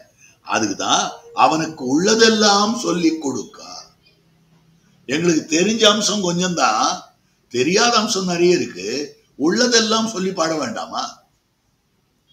அதனால உள்ளதெல்லாம் சொல்லி கொடுக்கைக்கு செந்தாமரை கையால் அவனையும் அவனும் ஆசைப்படும் கை. செந்தாமரை கை, தாமரை கை இல்ல, செந்தாமரை கை. அவனுடையது தாமரை கையிலே, அவனுடையது கை எப்படி இருக்குன்னா தாமரை கை. ததௌ பகு, ஆக கொடுக்கக்கூடிய கை, நிறைய அதிகமாக கொடுக்கக்கூடிய கை. எங்களை மாசுச்சகா என்னும் கை, பவேயம் சரணம் ஹிவஹா என்னும் கை. பிராட்டினுடைய கை எப்படின்னா ததௌ பகு, நிறைய கொடுக்கிற கை. அதுக்கு மேல எங்களை மாசுச்சகா என்று சொல்லும் கை. அர்ஜுனன மாசுச்சகான்னு சொன்ன கை கண்ணனுடையது, கோபிகைகளை மாசுச்சகான்னு சொல்ற கை இந்த நப்பின்ன பிராட்டியினுடையதாக அமைந்திருக்கிறது. பவேயம் சரணம் ஹிவஹா என்னும் கை. உங்களை காப்பாத்துறது நான் இருக்கிறேன், கவலைப்படாதுங்கோ, திருவடிக்கு கவலைப்படாதுங்கோ, ராமனுக்கு கவலைப்படாதுங்கோ. ரொம்ப அழகான அர்த்தம். பெருமாள் சன்னதிக்கு போறோம், பெருமான் இப்படி அபயஹஸ்தம் காட்டிட்டு இருக்காரு, அங்க சேவிக்கிறோம். என்ன அர்த்தம்னா உன் பாபத்தை பார்த்து நீ பயப்படாதே. பெருமானுடைய அபயஹஸ்தத்துக்கு என்னன்னா உன்னுடைய பாவத்தை பார்த்து நீ பயப்படாதே, நீ கவலைப்படாதே, இத்தனையும் அவர் சொல்லிட்டு இருக்கார். சரி, அது முடிஞ்சது. ஸ்ரீரங்க நாச்சியார் சன்னதிக்கு போறோம். அங்க போய் நாச்சியார் சேவிச்சா அவளும் இப்படி கை வச்சுட்டு இருக்கா. உன் பாவத்தை பார்த்து நீ பயப்படாதே அவளும் சொல்றாளா? இந்த விஷயத்துக்கு நீ பயப்படாத 2 பேர் சொல்ல வேண்டிய நிர்பந்தம் என்ன? பெருமான் ஒத்தன் சொன்னால் போருமே, பிராட்டி சொல்ல வேண்டியது என்ன? ஸ்ரீரங்கத்துக்கு போய் பெருமாளை சேவிச்சார், தாயார் சன்னதிக்கு போனார். உடனே தாயார் கேட்கிறா, அங்க போயிட்டு இங்க வரியா, இங்க வந்துட்டு அங்க போறியான்னு கேட்கிறா. இல்ல நேர எதிர இருந்தது, அங்க போயிட்டேன், தெற்கு வாசலால வந்தபடியால முதல்ல அங்க சேவிச்சேன், அதுக்கப்புறம் பிரதட்சணமா வடக்கு வாசல தேவர் இருக்கிற உங்களை சேவிக்க வரேன். சரி, அவர் என்ன சொன்னார் அப்படின்னா, பயப்படாதே, உன் பாவத்தை கண்டு பயப்படாதே அப்படின்னார். எப்படி சொன்னார்? இப்படி கை வச்சுக்க, இப்படி கையை வச்சுன்னு உன்னுடைய பாவத்துக்கு பயப்படாதேன்னு சொல்லிட்டு நிற்கிறாரே அவர், அவருக்கு கூட நீ பயப்பட வேண்டாம், நான் இருக்கேன். பிராட்டி என்ன சொல்றான்னா, ஈஸ்வர சுவாதந்திரியத்துவம் அஞ்சாதே கொள், இதுதான் பிராட்டியினுடைய வார்த்தை. உன்னுடைய சுவாதந்திரியத்தை அனுகுணமாக நீ பண்ணின பாவத்துக்கு பயப்படாதே. நீ இல்லாத சுவாதந்திரியத்தை ஏறிட்டுக் கொண்டு எத்தனை பாவம் பண்ணிருக்காய், அந்த பாவத்துக்கு நீ பயப்படாதேன்னு அவன் சொல்றான். ஆனால் பிராட்டினுடைய அபயஸ்தம் அப்படி சொல்லிட்டு இருக்கிறவனுக்கு கூட பயப்படாதே. இது பிராட்டினுடைய திருவாக்காக அமைந்திருக்கிறது. அதைத்தான் இந்த இடத்துல காட்டுறார். ததௌ பகு, எங்களை மாசுச்சகா என்னும் கை, பவேயம் சரணம் ஹிபஹா. திரிஜட்ட சொப்னம் காண்றா. அப்ப மத்த ராட்சசிகள்கிட்ட சொல்றா, ராட்சசிகளே, நான் இப்போ ஒரு சொப்னம் கண்டேன், அந்த சொப்ன பிரகாரம் பார்ப்போமே ஆனால் ராமனுக்கு வெற்றி, ராவணனுக்கு அபஜயம். இது விடியற்கால வேளை, பின்மால வேளை சொப்னம். அதனால் இந்த சொப்னம் நிச்சயம் பலிக்கும், இது உண்மையிலேயே உண்டாகும். அதற்கனுகுணமாக நீங்கள் இப்பவே வெள்ளத்துல அபராத கவனம் பண்ணிக்கோங்க. எவ்வளவு சிரமப்படுத்தினுங்க, அதெல்லாம் ராமனிடத்துல சொன்னா என்ன ஆகும்? விபீஷன் தண்டிக்க மாட்டானா, ராமன் தண்டிக்க மாட்டானா? ஆகவே இப்பவே இவளிடத்துல அபராத க்ஷாமனம் பண்ணிக்கொள்ளுங்கள் அப்படின்ற. இந்த ராட்சசிகள் ஒத்தியும் தலை குனியில தலை நிமிரல அப்படியே கர்வமா இருந்துட்டு இருந்தான், கக்கவே இல்லை. உடனே பிராட்டி, அப்படி ஒரு நல்லடி காலம் வருமேயானால் பவேயம் சரணம் இவா, உங்களை காப்பாத்துறது நான் இருக்கேன், ஏன் கலங்குறங்க? கண்கள்ல ஜலம் பெறுகிறது, பயம் இருக்கு, ஆனா வரங்கவில்லை. அப்படி இருக்கிற பொழுது உங்களை ரட்சிப்பதற்கு நான் இருக்கிறேன் என்று அங்கு பிராட்டி தான் தெரிவித்திருக்கக்கூடிய அற்புதமான வார்த்தையாக அமைந்திருக்கிறது. ஆகவே நீங்கள் பண்ணும் பாபங்களுக்கு நீங்கள் அஞ்ச வேண்டா, நான் உளன் என்கிறது பெருமாளுடைய அஞ்சல் என்ற கை. நீங்கள் பண்ற பாபத்துக்கு நீங்கள் பயப்பட வேண்டான்றது பெருமானுடைய அஞ்சல் என்ற கை. ஈஸ்வர சுவாதந்திரியத்துக்கு நீங்கள் அஞ்ச வேண்டா, எம்பெருமானுடைய சுவாதந்திரியத்துக்கு நீங்கள் பயப்பட வேண்டாம் என்றது பெரிய பிராட்டியார் அஞ்சல் என்ற கை. ஸ்ரீரங்கநாச்சியார் அஞ்சேல்னு சொல்ற கை அப்படி அமைந்திருக்கிறது. சீரார் வளையலிப்பா, வளையை ஏற கடுக்கி திறக்க புக்காள். வளையெல்லாம் அப்படியே நல்லா ஏற கடுக்கி நல்லா மேல டைட்டாக்கிண்டு வந்து திறக்கிறதுக்கு ஆரம்பிச்சாலாம். அப்படி திறக்க ஆரம்பிச்ச போது அங்க நொண்ணாது, அப்படியெல்லாம் திறக்காத, நாங்களும் அவனும் துவனி கேட்டு வாழ வேண்டும். நாங்க வாழறதுனாக்கா இந்த கையில இருக்கிற வளையலுடைய ஓசையை கேட்டு நாங்கள் வாழ வேண்டும். ஆகவே அதற்கனுகுணமாக வளையேற கடுக்கி திறக்க புக்காள், நாங்களும் அவனும் துவனி கேட்டு வாழ வேண்டும். இந்த துவனியை கேட்டு வாழ்ச்சி. சந்நிதியில பெருமாள் திருக்காப்பு சேர்க்கிற போது கை தட்டுறோம். இந்த துவனி அவன் காதலையும் கேட்கணும், இந்த துவனி அடியவர்கள் காதலையும் கேட்கணும். அடியவர்கள் காதல கேட்டதுன்னா திருக்காப்பு நீக்க போறா, சேவிக்கணும்னு அவளுக்கு வாழ்ச்சி. அவன் காதல கேட்டுதானாக்கா கதவை திறக்க போறா, அடியவர்களை சேவிக்க போறோம், அடியவர்களை கடாட்சிக்க போறோம் அப்படின்னு அவனுக்கு வாழ்ச்சி.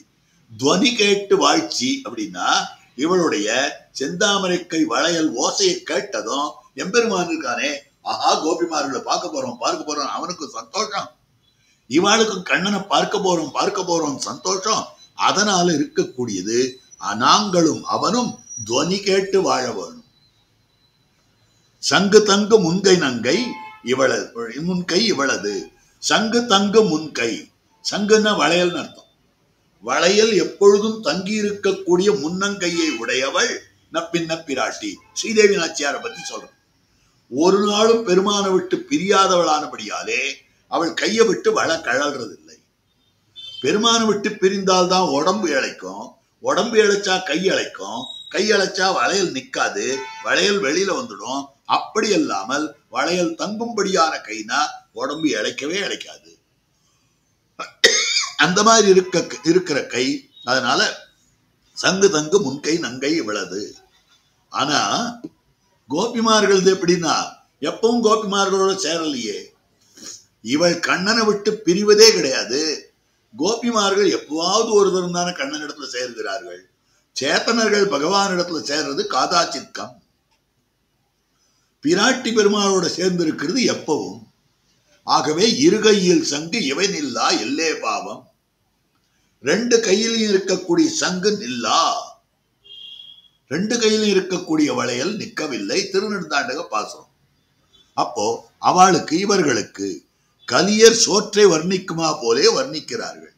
பசியா இருக்கிறவன் அன்னத்தை எப்படி வர்ணிப்பான்? ஏற்பட்ட சாதம் தெரியுமா? அன்ன புறப்போக வெள்ளவெளையல்னு அரிசி என்னமா இருந்தது தெரியுமா? அதுல அந்த நகிழ்கறி என்பது இருந்தத அது என்னமா இருக்கும் தெரியுமா? இதெல்லாம் பசியா இருக்கிறவன் என்னைக்கோ சாப்பிட்டது நினைச்சுன்னு சொல்ற வார்த்தை. கலியர் சோற்றை வர்ணிக்குமா போலே வர்ணிக்கிறார்கள். சூடகமே தோல்வளையே என்று அவர்கள் பூட்டினாலிலே இவர்களுக்குள்ளது. எம்பெருமானார் விசேஷித்து உகந்த பாட்டு. அப்போ இந்த இடத்துல காட்டுறார், சூடகமே தோல்வளையே தோடே செவிப்பூவே பாடகமே என்னனைய பல்கலனும் யாமணிவோம்னா அவ ரெண்டு பேரும் சேர்ந்து அணிவிக்கணும். தாயார் தகப்பனார் ரெண்டு பேரும் சேர்ந்து குழந்தைகளை ஒப்பித்தார்களே ஆனால் குழந்தைகளுக்கு சந்தோஷம். சாதாரண அலங்காரம்ன்றது குழந்தைகள் ஒரு வயது ஆகிற வரைக்கும் தாயார் தான் அலங்காரம் பண்ணுவா குழந்தைக்கு. அந்த குழந்தைய உட்கார வச்சு தலைவாடுறது, அந்த குழந்தைக்கு மற்ற அலங்காரம் பண்றது எல்லாம் அந்த தாயார் பண்ணுவள். அது 15 வயசா இருந்தாலும் 20 வயசா இருந்தாலும் தானே தலையை வாரி கொள்ளக்கூடிய சக்தி வந்தாலும் அந்த குழந்தைக்கு தாயார் தான் தலையை வாரி விடுவள். அதே மாதிரி இங்கு அவனும் அவளுமாக இந்த கோபிமார்களை ஒப்பிக்க வேண்டும், ஆபரணங்களை அணிவிக்க வேண்டும் அப்படின்னு இருக்கிறது. அவர்கள் பூட்டினாலிலே இவர்களுக்குள்ளது. இந்த பாட்டு எம்பெருமானார் விசேஷித்து உகந்த பாட்டு. எம்பெருமானார் உகந்த பாட்டுன்னா எம்பெருமானார் மாதுகரத்துக்கு எழுந்துழுகிற போது இந்த இடம் வந்து அனுசந்தானம் பண்ணிட்டு இருக்கார். அந்த சமயத்துல பெரிய நம்பி திருமாளிகை வாசலில் இருந்து பெரிய நம்பி குமாரத்தி அத்துழாய் வளையல் ஓச கேட்கும்படியாக கதவை திறந்து வெளியில எட்டி பார்க்க பார்த்ததும் அத்துழாய்ன்ற பெண் குழந்தை அப்படி வந்து கதவை திறந்து பார்க்கிறா. செந்தாமரை கையால் சீரார் வளையல் இப்ப பாசுறோம். அடுத்த க்ஷணம் அந்த குழந்தை சேவிச்சுட்டார் ராமானுஜர். சேவிச்சதும் அந்த குழந்தைக்கு ஒன்றும் புரியல. பாவம், இவ்வளவு பெரிய ஜீயர் நம்ம காலில் விழுந்துட்டாரு. பயந்துட்டே உள்ள போய் யோ ஜீயரிங்காலில் விழுந்தார், ஜீயரிங்காலில் விழுந்து சேவிச்சாருன்னு அப்பாவிட அழறது. அவர் சொன்னார், உந்துமத களிற்றன் அனுசந்தானமாய் இருக்கும். உந்துமத களித்தன் பாசுர அனுசந்தானம். அந்த குழந்தை கையில பந்து வச்சுட்டு இருந்தது, கையில வளையெல்லாம் இருந்தது. அத்தோட தகப்பனார்ல போய் சொல்லித்து, ஆஹா இதுக்கும் அதுக்கும் அவர் நேர சேர்த்திட்டார். அதனால உந்துமத களித்தன் அனுசந்தானமாய் இருக்கும் எம்பெருமானார் விசேஷித்து உகந்த பாசுரம் இது அப்படின்னு சொல்லும்படியான விஷயமாக இருக்கிறது. அப்ப எம்பெருமானார் விசேஷித்து உகந்த பாசுரம்னா என்ன அப்படின்னா எம்பெருமானார் உகக்கும்படியான விஷயம் இதுல நடந்திருக்கு. இந்த பாசுரானுசந்தானத்தின் போது எம்பெருமானார் உகக்கும்படியான விஷயமாக அமைந்திருக்கிறது. உந்துமதகளில் தன் ஓடாத தோல்வலியன் நந்தகோபாலன் மருமகளை நப்பின்னா என்ற பாசுரம் இருக்கிறதே முழுக்க முழுக்க எம்பெருமானார் பரமாக பெரியவர்களாலே காட்டக்கூடிய பாசுரம். வந்து திறவாய் யந்திரத்தாலே கண்வளர்ந்தருளிபடியே கிடந்து திறக்க பூக்காள். யந்திரத்தாலே படுத்து கொண்டே திறக்க பூக்காள். அதுக்குன்னு அவள் ஒரு யந்திரம் வச்சிருந்தார். அந்த யந்திரத்தை வச்சுன்னு அதாலேயே திறக்க புக்காள். அந்த காத்தையை பாருங்க, ரிமோட். பின்ன வேற என்ன சொல்றது? இல்லை, ஒரு யந்திரம்னா ஒரு மெக்கானிசமாவது இருக்கணும். குழந்தைது தான் இருக்கிற இடத்துல இருந்து ஒரு பட்டன் அழுத்தினா அங்க கதவு திறந்தால் அது யந்திரம். அந்த பட்டனோட கனெக்டிவிட்டி அது எலக்ட்ரிசிட்டி கனெக்டிவிட்டியா, எலக்ட்ரானிக் கனெக்டிவிட்டியா, மெக்கானிக்கல் கனெக்டிவிட்டியா, whatever it may be, ஒரு ரிமோட் கண்ட்ரோல் வச்சிருந்தாலும். அதனால்தான் யந்திரத்தாலே திறக்க புக்காள். அது ஒண்ணாது, அப்படி திறக்கலாகாது. அவனும் நாங்களும் நடையழகு கண்டு வாழும்படியாக வேணும். வந்து திறவாய். நீ அங்கிருந்து வருவாய், நீ நடக்கிற அழக அவன் பார்ப்பான், திறப்பாயோ இல்லையோ, அப்ப நீ நடந்து வந்த அழக நாங்களும் பார்ப்போமே. அது ஒண்ணாது, அவனும் நாங்களும் நடையழகு கண்டு வாழும்படியாக வேணும். பெருமாளுடைய நடையழகு பல இடங்கள்ல சேவிச்சுள்ளான். ரொம்ப அற்புதமான நடையழகு பெருமாளுடைய நடையழகு, சேவிக்கலாம்னு சொல்றோம். திருவரங்கத்தன் பெருமானுடைய நடையழகு நிறைய வாட்ஸ்அப்ல எல்லாம் கூட நிறைய பாட்டெல்லாம் கூட கூட ஒலிக்கும்படியா சேவிச்சுட்டு இருக்கும். பிராட்டியனுடைய நடையழகை அப்ப சேவிக்கணும். ஸ்ரீரங்க நாச்சியாருடைய சில உற்சவ காலங்கள்ல ஸ்ரீரங்க நாச்சியார் அற்புதமா எழுந்தெழுவர். ஒரு நாள் திருவடி சேவைன்னு சாதிப்பார், அன்னைக்கெல்லாம் எழுந்தெழுவர். அதெல்லாம் விட எங்க தேவப்பெருமாள் ஏகாதசியும் வெள்ளிக்கிழமையும் வரணும், அமாவாசையும் வெள்ளிக்கிழமையும் வரணும், அஸ்தமும் வெள்ளிக்கிழமையும் வரணும், சிரவணமும் வெள்ளிக்கிழமையும் வரணும், மாசப்பிறப்பும் வெள்ளிக்கிழமையும் வரணும். இந்த மாதிரி வந்ததேயானால் தேவப்பெருமாள் என்ன பண்ணுவார்? திருவடி கோவில் வரைக்கும் காஞ்சிபுரத்தில் எழுந்தருளி திரும்பி கோபுர வாசல்ல வந்து நிற்பார். அதுக்கப்புறம் பெருமாள் வந்து நின்ன பிற்பாடுதான் தாயார் சன்னிதியிலிருந்து பெருந்தேவி நாச்சியார் அங்கிருந்து புறப்படுவார். டொன் டொன் டொன்னு உடலோட அப்படி வருவார். அப்படி நேர தேவப்பெருமாள் இருக்கிற இடத்துக்கு வரத்துக்கு அந்த திருமுத்த வெளியில எங்க நாச்சியார் நடக்கிற நட இருக்கு, அந்த நடையழகு கண்டு ஒட்டியாரெல்லாம் சேவிப்பார். தேவப்பெருமாளும் அதை கடாட்சிச்சு அனுபவிப்பார். கண்டு வாழ வேண்டும். நடையழகு கண்டு வாழறதுன்னா இந்த பிரகரணத்துல நம்ம சேவிக்கணும். அந்த நாச்சியார் வரப்போது அந்த அழகு ஒரு உலகுடைய நாச்சியாராக இருந்து கொண்டு லோகத்தை எல்லாம் உடையவளாக இருக்கிறாள் என்கிற அந்த ஒரு விசேஷமான ஒரு மனோன்னதி தோற்றும்படியா வருவார். வேக வேகமா வருவார். ரொம்ப ஆச்சரியமா இருக்கும் அந்த நடைய. அந்த மாதிரி அமைந்து இருக்கக்கூடியது. அப்போ அவனும் நாங்களும் நடையழகு கண்டு வாழும்படியாக வேணும். அப்ப எங்க பெருந்தேவி நாச்சியார் நடையழகு கண்டு தேவப்பெருமாளும் வாழ்கிறார், அடியவர்களும் வாழ்கிறார். ஆக அவனும் நாங்களுமாக நடையழகு கண்டு வாழும்படியாக வந்து திறவாய். மகிழ்ந்து பேறு உன்னதாக வேணும். தர்மத்துக்கு திறக்க ஒண்ணாது. சந்தோஷமா திறக்கணும். என்னமோ அவள்லாம் கேட்டா போனா போறதுன்னு திறந்தேன், ஒழிஞ்சு போறதுன்னு திறந்தேன் கிடையாது. நீ சந்தோஷமா திறக்கணும். யாருக்காவது ஒன்றை கொடுக்கிற போது சந்தோஷமா கொடுக்கணும். சந்தோஷமா இல்லாத முகத்தை கடுக்கி வச்சுட்டு கொடுக்கணுமேனு கொடுத்தோம்னாக்கா அதை வாங்கிக்கிறவனுக்கு அவ்வளவு கஷ்டம். கொடுக்குச்சே சந்தோஷமா கொடுங்க. எதை கொடுத்தாலும் கொடுக்கணுமேன்றதுக்காக கொடுக்க கூடாது. அதே மாதிரி மகிழ்ந்து சந்தோஷத்தோட பேரு உன்னதாக வேண்டும். இவாளுக்கு கொடுக்கிற பாக்கியத்தை பெற்றோமே, இவாளுக்கு கொடுக்கிற பாக்கியத்தை பெற்றோமே அப்படின்ற கொடுக்க வேண்டியிருக்கேன்னு கொடுக்க கூடாது. பேரு உன்னதாக வேணும். தர்மத்துக்கு திறக்க ஒண்ணாது. வழியே பிடித்து பவேயம் சரணம் இகுவஹா என்ன வேணும். உங்களுக்கு நான் இருக்கிறேன், உங்களுக்கு நான் இருக்கிறேன்னு சொல்லிட்டே வா.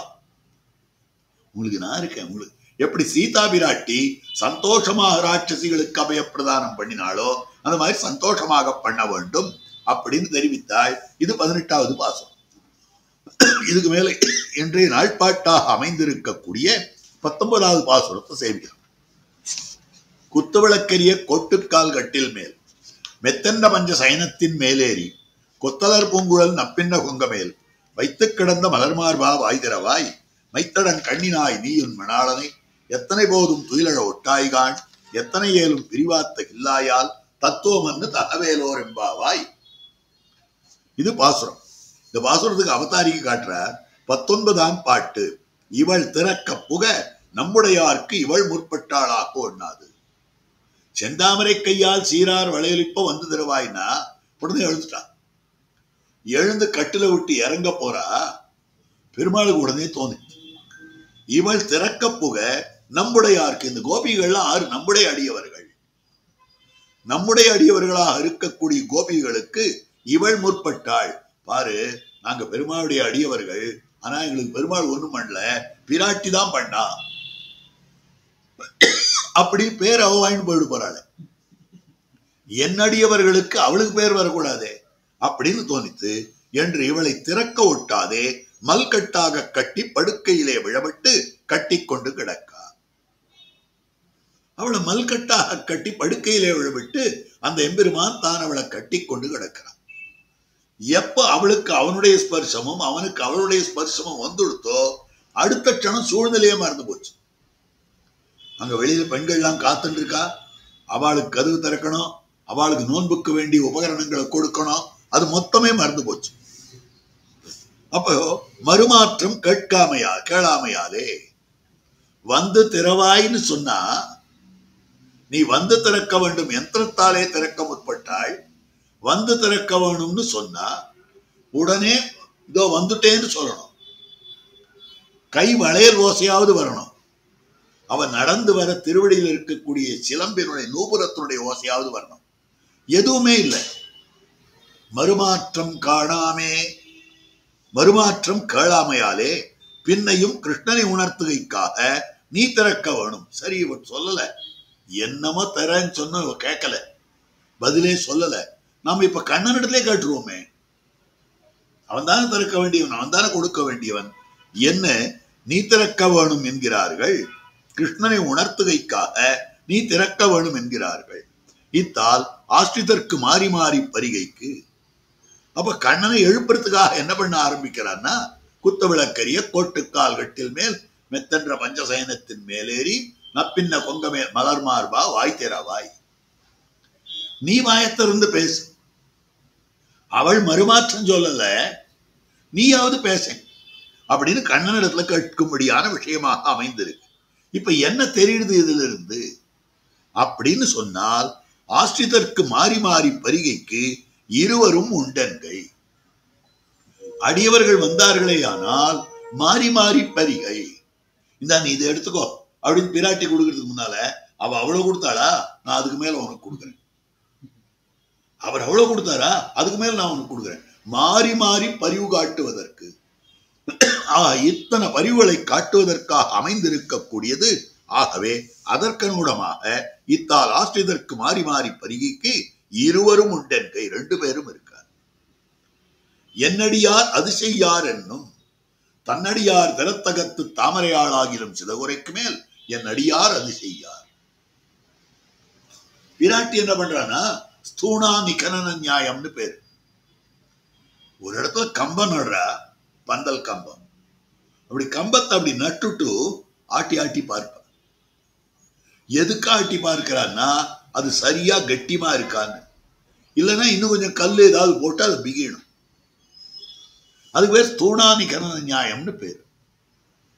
அதே மாதிரி நாம சொன்னோம் புருஷகாரம் பண்ணோன்றதுக்காக இந்த பகவான் அங்கீகாரத்தை பண்ணிவிட்டான். ஒருவேளை அவளுடைய குத்தத்தை யாராவது வந்து சொன்னா அங்கீகாரம் பண்ண மாட்டான், தள்ளிடுவானா, இந்த பயம் இருந்தது. அதனால பிராட்டி தானே குத்தம் சொல்ல ஆரம்பிக்கிறார். தன்னடியார் திறத்தகத்து தாமரை ஆளாகிலும் சிதகுரைக்கு மேல். பெருமான் அடுத்த வார்த்தை சொல்றான், என் அடியார். இவ ஆறு தெரியுமா, என்னுடைய அடியவர்களாக இருக்கிறார்கள். அது செய்யார், இந்த காரியத்தை பண்ணவே மாட்டார். இந்த மாதிரி தப்பு காரியமெல்லாம் என்னுடைய அடியவர்கள் பண்ண மாட்டார்கள். பண்ணிட்டாளே செய்தாரேல் நன்றி செய்தார், அப்படிதானே பண்ணா நல்லது, அதுவே காரணமா அவள் அனுகிரகம் பண்ண. தப்பு பண்ணான்றதுக்காகவே அவன் அனுகிரகம் பண்ணுகிறேன். ஏன்னா சரியான காரியத்தை பண்ணினவனுக்கு தர்மம் அதுவே பலனை கொடுத்துட்டு போறது. சரியான காரியத்தை பண்ணால் இந்த பலன்னு தர்மசாஸ்திரத்தில் சொல்லி இருக்கு, அதன் பிரகாரம் அவனுக்கு பலன் கிடைக்க போறது. ஆனால் தப்பு பண்ணவர்களை நான் ரட்சித்தேன் என்ற பெருமை எனக்கு வேண்டாமா? என் அடியார் அது செய்யார், செய்தாரேல் நன்மை செய்தார் அப்படின்னு பெருமாளுடைய திருவாக்காக அமைந்திருக்கிறது. பிராட்டியினுடைய திருவாக்கு என்னன்னா, நகஸ்சின் நாபராத்தியதி பாபானாம் வா சுபானாம் வா வதார்ஹானாம் பிளவங்கமா காரியம் கருண மாரியேனா நகச்சின் அபராத்தியதி. ஹனுமானே இவாளை தண்டிக்கணும்னு சொல்றியே, லோகத்துல யாருதான்ப்பா தப்பு பண்ணல? ராமன் தப்பே பண்ணலையா? நான் அவனை பிரிஞ்சு துடிச்சுட்டு இருக்கேன், அவன் பேசாத என்ன துடிக்க விட்டுட்டு இருக்காங்க இல்லையோ. 10 மாச காலம் துடிக்க விட்டாங்க இல்லையோ. என்ன பண்ணிருக்கணும்? வந்து அங்கீகாரம் பண்ணிருக்கணுமா வேண்டாமா? எவ்வளவு சீக்கிரம் பண்ணிருக்கணும்? 10 மாசம் சிரமப்பட்டனே. அடுத்தது, நான் தப்பு பண்ணலையா? ஒரு பரபுருஷனா இருக்கக்கூடிய ஒன்னிடத்துல ராமனை பத்தின தோஷத்தை சொல்றது தப்பு இல்லையா? ஒரு குலஸ்திரீ சொல்லலாமா பர்த்தாவை பத்தின தோஷத்தை மத்தவனிடத்துல? அப்படி இருக்கிற போது அது ஒரு தோஷம் என் பேர்ல இல்லையா? நீ தப்பே பண்ணலையா? எல்லாத்துக்கும் முன்னால ஒன்னதான் தண்டிக்கணும். ராமனை தண்டிக்கணும் இல்ல, அவனுக்கு முன்னால என்ன தண்டிக்கணும் இல்ல, அதுக்கு முன்னால ஒன்ன தண்டிக்கணும். நீ எதுக்காக இங்க வந்திருக்க? யார் சொல்லி வந்தாய்? ராமன் சொல்லி வந்த. இந்த ராட்சசிகள்லாம் என்ன சிரமப்படுத்தினார்கள். யார் சொல்லி சிரமப்படுத்தினார்? விபீஷணன் சொல்லி சிரமப்படுத்தினார். அவா தலைவன் சொல்லி அவா சிரமப்படுத்தினா என்னை, உன் தலைவன் சொல்லி நீ வந்தாய் இங்கு. அப்ப 2 பேரும் தலைவன் சொல்லிதானே கேட்டாங்க. தலைவன் சொல்லி தொண்டன் கேட்டான் என்னால் அந்த தொண்டனுக்கு தண்டனைன்னு சொன்னால் ராட்சசிகளுக்கு முன்னால் ஒன்றுதான் தண்டிக்கணும். ராமன் என்ன சொல்லியிருந்தான் உங்ககிட்ட? சீதா பிராட்டிக்கு மங்களமான வார்த்தையை சொல்லு, என்னுடைய வெற்றியை சொல்லு, விஜயத்தை சொல்லுன்னா. அதை சொல்றதை விட்டுட்டு குத்துடுறேன், கொன்னுடுறேன், அப்படி பண்றேன், அழிச்சுடுறேன்னு சொல்றியே. பாபானாம் வா சுபானாம் வா வதார்கானாம் பிளவங்கமா. ஒரு வானரம் சரியாதான் போச்சு.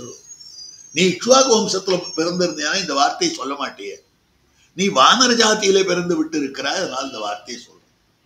ஆகவே பிளவாங்கமா காரியம் கருண மாறியேனா நகச்சின் அபராத்தியதி. லோகத்துல யாருதான் தப்பு பண்ணலப்பா?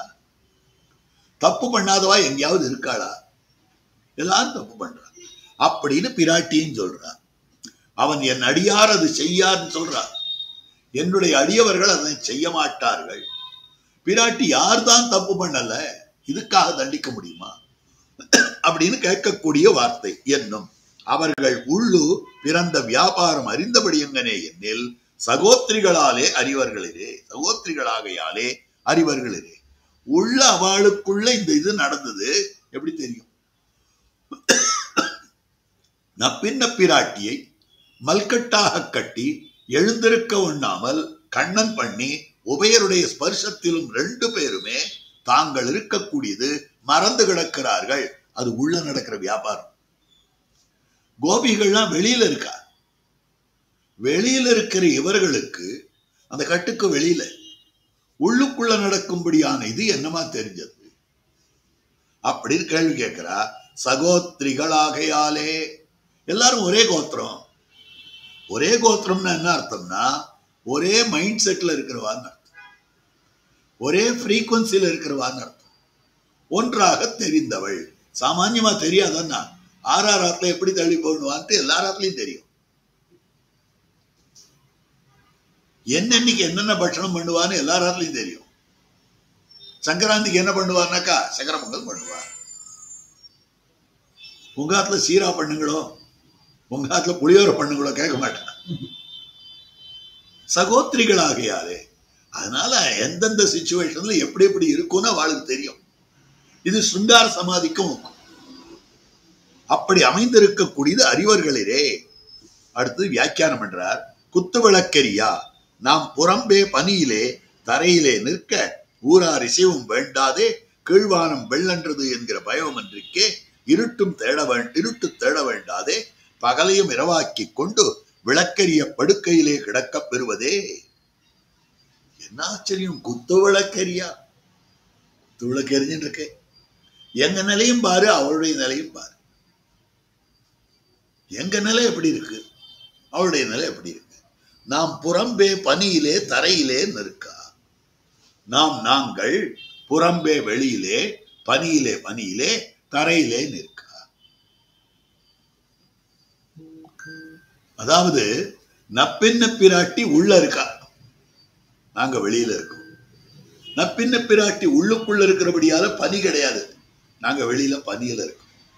நப்பின்ன பிராட்டி கோட்டுக்கால் கட்டில் மேல் இருக்கா, நாங்க தரையில இருந்துருக்கோம். எந்த விதத்திலையும் அவளுக்கு எதிர்த்தட்டாக இருக்கிறது.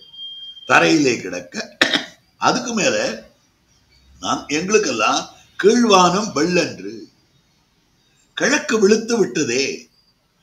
அது தவிர எங்களுக்கு ஊரார் இசைவு வேண்டியிருந்தது. பெண்களே நீங்கள் நோன்பு நோக்கலாம். நேற்று ராத்திரி எங்களுக்கு அனுமதி வந்தது, நாங்க வீட்டை விட்டு வெளியில வந்தோம். உனக்கு கண்ணனை பார்க்கறதுக்கு இவ அனுமதி கொடுக்கணும், அவ அனுமதி கொடுக்க ஏதாவது உண்டான்னா? நீ கிருஷ்ண பத்னியாவே இருக்கியே, உனக்கு அனுமதியும் வேண்டாம். அடுத்தபடியாக பார்த்தால் நாங்க கிழக்கு வெளுத்துடுத்தே, கிழக்கு வெளுக்கிறதுக்கு முன்னால போய் கண்ணனிடத்திலிருந்து அந்த பறையை வாங்கிட்டு வந்து நோன்பு நோற்று முடிச்சாகணும். ஆனா உனக்கு கிழக்கு வெளுத்தாலும் பயம் கிடையாது, கிழக்கு இருண்டாலும் பயம் கிடையாது. வீடு முழுக்க நல்ல விளக்கேற்றி வைத்து இரவை பகலாக்கி வைத்து இருக்கிறாய். போது விடிஞ்சுடுதேன்னு நாங்க துக்கப்பட்டு இருக்கோம், நீ துக்கமே படாத இருக்கிறாய். பகலையும் இரவாக்கி கொண்டு விளக்கெரிய படுக்கையிலே கிடக்கப் பெறுவதே குத்து விளக்கெரிய கோட்டுக்கால் கட்டில் மேல். இவள் தன்னை விளக்காக கொண்டு பிரகாசிப்பதொரு நிலைவிளக்குண்டாவதும் என்றுமாம். இந்த இடத்துல காட்டுறார், இவள் தன்னை விளக்காக கொண்டு. இவள் தன்னை விளக்காக கொண்டுன்னா குத்து விளக்கெரியா, நப்பின்ன பிராட்டியே ஒரு விளக்கு. எது போலன்னா அணிபுதுவை வேயர் பயந்த விளக்கு சொல்ற மாதிரி ஆச்சார திருமொழி தனியல்ல. அப்ப அணிபுதுவை வேயர் பயன் அல்லினாள் தாமரமேல் ஆரணங்கி நின்துணவி மல்லிநாடாண்ட மடமையில் மெல்லியலாள் ஆயர்குல வேந்த நாகத்தாள் அணிபுதுவை வேயர் பயந்த விளக்கு. ஆண்டாள் நாச்சியாரே ஒரு விளக்குன்னு சொல்லப்பட்டது. அந்த மாதிரியாக இங்க நப்பின்ன பிராட்டியாக அமைந்திருக்கக்கூடியவள் இவள் தன்னை விளக்காக கொண்டு என்ன பண்றானா பிரகாசிப்பதொரு நிலைவிளக்க உண்டாவது என்னுமா. பிரகாசித்துக் கொண்டிருக்கக்கூடிய ஒரு நிலைவிளக்கு, குத்து விளக்குன்னா நிலைவிளக்குன்னு அர்த்தம். அப்போது எம்பெருமானுக்கும் கூட அவள் விளக்காயிருக்கிறபடி இவளுக்கு ஒரு விளக்கு இருக்கிறது. இல்ல, இவளே விளக்கு. இவள் விளக்குன்னா எங்களுக்கு எம்பெருமானை காட்டி கொடுக்கிறாள், எம்பெருமானுக்கு எங்களை காட்டி கொடுக்கிறாள். அப்போ இந்த விளக்கானது எம்பெருமானுக்கும் விளக்காய் இருக்கிறது, எனக்கும் விளக்காய் இருக்கிறது. விளக்கினுடைய சுபாவம் என்னன்னா தன்னையும் காட்டி கொடுக்கும், சந்நிகிதமான பதார்த்தத்தையும் காட்டி கொடுக்கும். ஆக பின்ன பிராட்டி தன்னையும் எங்களுக்கு உணர்த்தி, எங்களை பகவானுக்கு உணர்த்தி, பகவானை எங்களுக்கு உணர்த்தி இவ்வளவு பண்ணி கொடுக்கிறாள். ஆக உகாரார்த்தம் அகாரார்த்தத்துக்கும் பிரகாசிக்கும், உகாரார்த்தம் மகாரார்த்தத்துக்கும் பிரகாசிக்கும். உகாரார்த்தம் அகாரத்தை மகாரத்துக்கும் பிரகாசப்படுத்தும், உகாரார்த்தம் மகாரத்தை அகாரத்துக்கும் பிரகாசப்படுத்தும். நம்மை பகவானுக்கு பிரகாசப்படுத்துகிறாள், பகவானை நமக்கு பிரகாசப்படுத்துகிறாள், தன்னை இருவருக்கும் பிரகாசப்படுத்துகிறாள். அதனால் அமைந்திருக்கக்கூடியது. அப்போது எம்பெருமானுக்கும் கூட அவள் விளக்காய் இருக்கிறபடி அதீவ ராமஹா சுசுபே, அதீவ ராமஹா சுசுபே, ராமபிரான் பிரகாசித்தான். எப்ப நன்னா பளபளன்னு தெரிஞ்சான் அப்படின்னா விபுஸ்ரீயா விஷ்ணு ரிவா அமரேஸ்வரா, பிராட்டியோடு சேர்ந்திருக்கக்கூடிய ஸ்ரீமன் நாராயணன் எப்படி பிரகாசிக்கிறானோ அதே மாதிரியாக பிரகாசிக்கும்படியான நிலை ராமபிரானோ சீதா பிராட்டியோடு சேர்ந்த ராமபிரான். திருக்கண்டேன், திருவு காண்றதுக்கு முன்னால வரைக்கும் எப்படி இருந்தார் பெருமாள்னா கருப்பா இருந்தார். திருவ கண்ட பிற்பாடு பொன்மேனி கண்டேன். அவனுடைய திருமேனியை பொன்மேனியாக ஆக்கி எனக்கு காட்சியை கொடுத்திருக்கிற நிலை அது பிராட்டியினால் தானே. ஸ்ரீ மகாலட்சுமி திருமார்பிலே இருக்கிறபடியால் தான் பெருமானுடைய திருமேனி பொன்மேனியா தெரியுது. இல்லைன்னா அதனுடைய சுவாபாவிகமான நிறம் கருப்பு தானே. பாலின் நீர்மை செம்பொன் நீர்மை பாசியின் பசும்பூரம் போலும் நீர்மை பொற்படர் தடர்த்து வண்டு விண்டுலாம் நீல நீர்மை, நீளம்னா கருப்பு அர்த்தம். அப்ப அந்த கரிய நிறத்தவனாய் இருக்கக்கூடிய எம்பெருமான் பொன் நிறத்தவனாக எப்படி ஆனான்னா பிராட்டி சம்பந்தத்தாலே. அப்போ அப்படிப்பட்ட பெருமானுக்கு இருக்கக்கூடிய பிரகாசம் பிராட்டினாலே. கோட்டுக்கால் குவலையா பீடத்தை கொன்று அதன் கொம்பாலே செய்த கட்டில். கோடுனா தந்தம் அர்த்தம். அப்போ குவலையா பீடத்தை கொன்று, குவலையா பீடம் என்கிற யானையை கொன்று அதன் கொம்பாலே செய்த கட்டில். அந்த யானையினுடைய தந்தத்தை கொண்டு அதனாலே செய்யப்பட்டிருக்கக்கூடிய கட்டில். வீரபத்னியாகையாலே மற்றையவற்றில் கண் உறங்காது. ஏன் அதுதான் படுத்துக்கணுமா? அந்த கட்டிலே வேணுமா அப்படின்னா அதான் வேணும். ஏன் அதான் வேணும்ன்றா? வீரபத்னியானபடியாலே பர்த்தாவனுடைய வீரச் செய்கையிலே ஈடுபட்டிருக்கக்கூடிய விஷயம். மாணிக்கத்தாலே செய்யிலும் பள்ளிக்கட்டில் என்னும் அத்தனையரே. மாணிக்கத்தால மாணிக்கங்கட்டில் நல்ல செய்தாலும் கூட அது பள்ளிக்கட்டில், படுத்துகிற கட்டில். ஆனால் இவளுக்கு அது படுத்துகிற கட்டிலே ஒழிய தூங்குற கட்டில் இல்லை. ஆனா இது கோட்டுக்கால் கட்டில், தூங்கும்படியான கட்டில். துயிலன மேல் கண் வளருன்ற மாதிரி அந்த மாதிரி இருக்கிறது. நாகாரைதி சந்திராசம், ஆனை உள்ளிட்டன காட்டிலே கண்டால் முகவிகாசம் பிறக்கும் அத்தனை ஸ்திரீத்துவ பிரயுக்தமான அச்சமில்லை.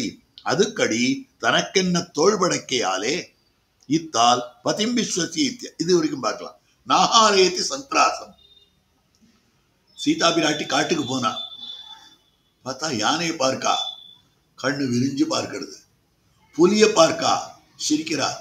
சிங்கத்தை பார்க்கா, ஸ்திரீத்துவ பிரயுக்தமான பயம் இருக்கணும். ஐயோ யானை, ஐயோ புலி, ஐயோ கரடி, ஐயோ வேங்க, ஐயோ சிங்கம்.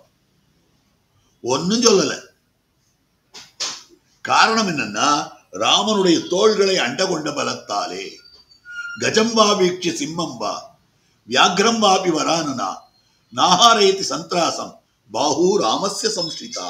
ராமனுடைய திருத்தோள்களை அண்ட கொண்டிருக்கக்கூடிய பலத்தாலே எதை பத்தியும் பயப்படல பிராட்டி. அப்போ இந்த இடத்துல பார்க்கக்கூடிய விஷயம், ஆனை உள்ளிட்டன காட்டிலே கண்டால், யானை உள்ளிட்ட விலங்குகளை காட்டிலே பார்த்தாலே ஆனால் முக விகாசம் பிறக்கும் அத்தனை. அப்படியே திருமுக மண்டலம் மலர்றதா. ஸ்திரீத்துவ பிரயுக்தமான அச்சம் இல்லை. பெண் பிள்ளைக்கு அமைந்திருக்கக்கூடிய அச்சம் அந்த இடத்துல இல்லை. அதுக்கடி தனக்கென்ன தோள்படைக்கையாலே. அதுக்கு காரணம் என்னன்னா இவளை ரட்சிக்கிறதுக்குன்னு ஒரு தோள் வந்து ஒரு தோல்வி. தனக்கென்ன, தனக்காக வெண்ண தோள்படைக்க. இவளுக்கு தோல் இல்லை. இவளுடைய தோளை கொண்டு இவள் ரட்சித்துக் கொள்ளுவதே கிடையாது. அப்ப அதுக்கடி தனக்கென்ன தோள்படைக்கையாலே இத்தால் பதிம்பிஸ்வசிய இத்தியாதியில் ஓதி கிடக்கிறபடியே அவனுக்கும் தங்களுக்கும் உண்டான முறைமையை உணர்ந்திருப்பார்க்கு சொரூப பிரயுக்தமான பயம் இல்லை. இதனால என்ன தெரிவிக்கப்படுறது? பிராட்டி இந்த தோளை தான் அண்டை கொண்டிருக்கிறாள். அப்ப தனக்கென்ன தோள்படைக்கையாலே என்னை ரட்சிக்கிற தோள் இதுதான் என்கிற எண்ணம் பிராட்டிக்கு உண்டு. அதனால பயம் இல்லை. அதனால என்ன தெரியுதுன்னா இந்த இடத்துல ரொம்ப அழகான விஷயம். பதிம்பிஸ்வசியா வேதாந்தம் சொல்லுகிறது, இந்த பிரபஞ்ச பதி அவன். சீதாபதி ராமபிரான், பிரபஞ்சபதி எம்பெருமான். அப்ப பிரபஞ்சபதினா சீதையை எப்படி ராமபிரான் ரட்சிக்கிறானோ அந்த மாதிரி இந்த பிரபஞ்சத்தை எம்பெருமான் ரட்சிக்கிறான். சீதை எப்படி எதை பார்த்தும் பயப்படவில்லையோ இந்த பிரபஞ்சத்தில் இருக்கக்கூடிய ஜீவாத்மாக்கள் எதை பார்த்தும் பயப்பட வேண்டியதில்லை. இத்தியாதியில் ஓதி கிடக்கிறபடி, இது வேத வாக்கியம், அதனால ஓதி கிடக்கிறபடி என்று காட்டுறார். அவனுக்கும் தங்களுக்கும் உண்டான முறைமையை உணர்ந்திருப்பார்க்கு. அவன் எனக்கு பதி என்கிற முறையை உணர வேண்டும். சீதாபதிக்கு, சீதா பிராட்டிக்கு ராமன் தன் பத்தின்னு தெரியும். முறைமையை உணர்ந்து கிடக்கிறாள். அதனால எதை பார்த்தும் பயப்படல. நாமும் கூட பகவான் என்னுடைய பத்தி என்ற ஞானம் இருந்து விட்டதே. ஆனால் எதை பார்த்து நமக்கும் பயப்படாது, பயம் வராது. நபிபேதி கதாச்சனேதி, நபிபேதி குதச்சனேதி. ஒரு நாளும் பயப்படுறதில்லை. இவன் உபனிஷத் சொல்றது. உணர்ந்திருப்பார்க்கு சொரூப பிரயுக்தமான பயம் இல்லை. சொரூபம் பிரயோகிக்கப்பட்டிருக்கக்கூடிய பயமின்மை.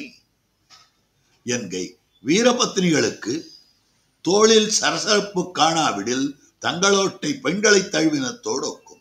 வீர பத்தினிகளாக இருக்கக்கூடியவர்கள் அவ அப்படி ஆலிங்கனம் பண்ணுவா. அப்படி பர்த்தாவனுடைய ஆலிங்கனம் பண்ணச்சே அந்த தோல் ஒரே உறுத்தணும். விரோதிகளுடைய பானங்கள் பட்டு அதனால தழும்பு இருக்கணும்.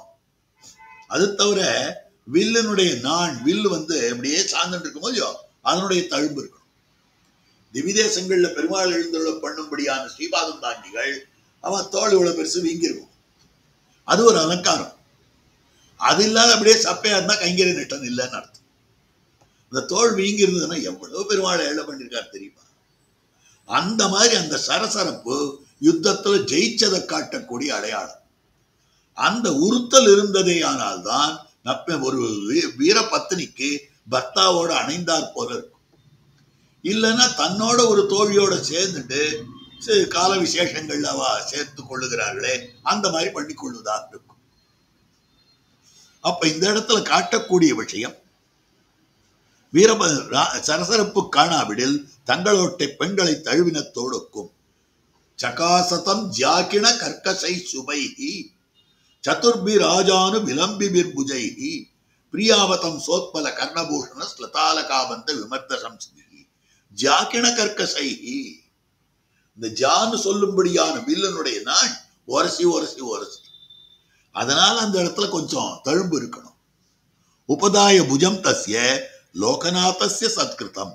உபதாய புஜம் தஸ்ய தஸ்ய லோகநாதஸ்ய புஜம் உபதாய சத்கிருதம். பிராட்டி சத்காரம் பண்ணப்பட்டு இருக்கிறாள். பிராட்டி தான் சொல்றார், நான் இன்னொரு கையில எப்படி உட்காருவேன், இன்னொரு கையில எப்படி அண்ட கொள்ளுவேன். நான் யாருடைய கையை அண்ட கொண்டேன் தெரியுமா? தஸ்ய லோகநாதஸ்ய புஜம் உபதாயா. அந்த லோகநாதனா இருக்கக்கூடிய எம்பெருமானுடைய தோள்களிலே சாய்ந்த நான் இன்னொரு தோல்ல சாய முடியுமா? அந்த தோள்களிலே சாய்கை என்னும்படியான சத்காரத்தை பெற்றவள், ராமனுடைய திருத்தோளிலே சாயக்கூடிய சத்காரத்தை பெற்றவள் நான் பிராட்டி சொல்லும்படியான வார்த்தையாக அமைந்திருக்கிறது. அப்ப அதைத்தான் இந்த இடத்துல காட்டக்கூடிய விஷயம். அதுல ஏற்பட்டது சத்கிருதம். அப்ப அந்த தோளுடைய ஒரசெல்லாம் தெரியுது, வீரபத்னியானபடியால். பாகு ராமஸ்ய சம்ஸ்ரிதா, ராமனுடைய பாகுவை ஆசிரியித்தவள், உயிரோடே பிடித்து கொம்பை வாங்கும் வீரனுடைய பத்னியே. யானையை உயிரோட பிடிச்சு அதனுடைய கொம்பை வாங்கக்கூடியது ஒரு ஆச்சரியமான விஷயம். ஏதாவது ஒரு விதத்துல யானைக்கு பிராணன் போகும்படியாக பண்ணி அதற்கு பிறகு அதனுடைய தந்தத்தை எடுக்கணும். யானை பிராணனோட இருக்கும்போது தந்தத்தை பிடுங்க முடியுமா? ஆறால முடியும். அதை பண்ணினவன் கண்ணனம் பெருமான். அதனால தெரிவிக்கக்கூடிய வார்த்தை வாங்கும் வீரனுடைய பத்னியரே. வீரபத்னிகளுடைய படி ஆர்த்தோவா எதிவா திருப்தகா என்னும் போது அவன் பலமே உபாயமாக வேண்டாவோ, பக்தி பூர்வமாக பண்ணின பிராதிகூல்யத்துக்கு அபுத்தி பூர்வமாக பண்ணின பிரபத்தி பிராயஷ்சித்தமாம் போது சரண்யன் நீர்மையே பலிக்கிறதனை பலத்தோடைய சந்திப்பு. பெரிய சாஸ்திரார்த்தங்கள் அப்படியே கொற்றார் இந்த இடத்துல. இப்போ இந்த சேத்தனனுக்கு தன் பலம் ஒன்றும் கிடையாது. தன் பலம் இருந்தாலும் அது பிரயோஜனப்படக்கூடாது, பட முடியாது. பகவானுடைய பலத்தை எதிர்பார்த்து கொண்டிருக்க வேண்டும். இவனுக்கு பலமே இருந்தாலும் அதனை உபயோகப்படுத்தக்கூடாது. அவன் கையைத்தான் எதிர்பார்த்திருக்க வேண்டும் அப்படின்ற விஷயம் இது வரைக்கும் காட்டியாச்சு. அதைத்தான் வீரபத்னின்ற சப்தத்தால காட்டியிருக்கக்கூடிய விஷயம். அப்போ ஆர்த்தோவா எதிவா திருப்தகா என்னும் போது இவன் ஆர்த்தனாயிருந்தாலும் திருப்தனாயிருந்தாலும், ஆர்த்தன்னு சொன்னால் சம்சாரத்தில் இருக்கக்கூடிய ஆர்த்தியினாலே துடிப்பாலே சரணாகதி பண்ணினவன் ஆர்த்தன். திருப்தன்னு சொன்னால் சரணாகதி பண்ணினான், ஆனாலும் கூட இப்போதைக்கு எனக்கு பலன் வேண்டாம், நிதானமா பலன் கிடைக்கட்டும். ஆர்த்த பிரபத்தினா சத்யா பலன் வேண்டும்னு சொல்றவன், உடனே பலன் வேண்டும்னு சொல்றவன். திருப்த பிரபன்னா உடம்பு போற போது பலன் கிடைக்கணும்னு சொல்றவன். ஆக இந்த ரெண்டும் இருக்கிறது. ஆர்த்தோவா எதிவா திருப்தகா என்னும் போது அவன் பலமே உபாயமாக வேண்டும். ஆர்த்தோவா எதிவா திருப்தகா பரேஷாம் சரணாகதா ஹரிப்ராணான் பரித்யஜ்ய. விரோதியாயிருந்தாலும் ஆர்த்தனாயிருந்தாலும் திருப்தனாயிருந்தாலும் அவனை உயிரை கொடுத்தாவது காப்பாற்ற வேண்டும்னு பகவான் சொல்லியிருக்கு. அப்ப பகவானுடைய பலம் தான் பலன். அவன் ஆர்த்த பிரபன்னனாய் இருந்தாலும் திருப்த பிரபன்னனாய் இருந்தாலும் அவன் பலமே உபாயமாக வேண்டாவோ. புத்திபூர்வகமாக பண்ணின பிராதிகூல்யத்துக்கு அபுத்திபூர்வகமாக பண்ணின பிரபத்தி பிராயச்சித்தமாம் போது அழகான விஷயம். நாம பாபம் பண்றோம். பாபம் பண்ற போது புத்திபூர்வகமாக பண்றோம், தெரிஞ்சுட்டே பாவம் பண்றோம். இது பண்ணக்கூடாதுன்னு தெரியும், தெரிஞ்சுட்டே பாவம் பண்றோம்.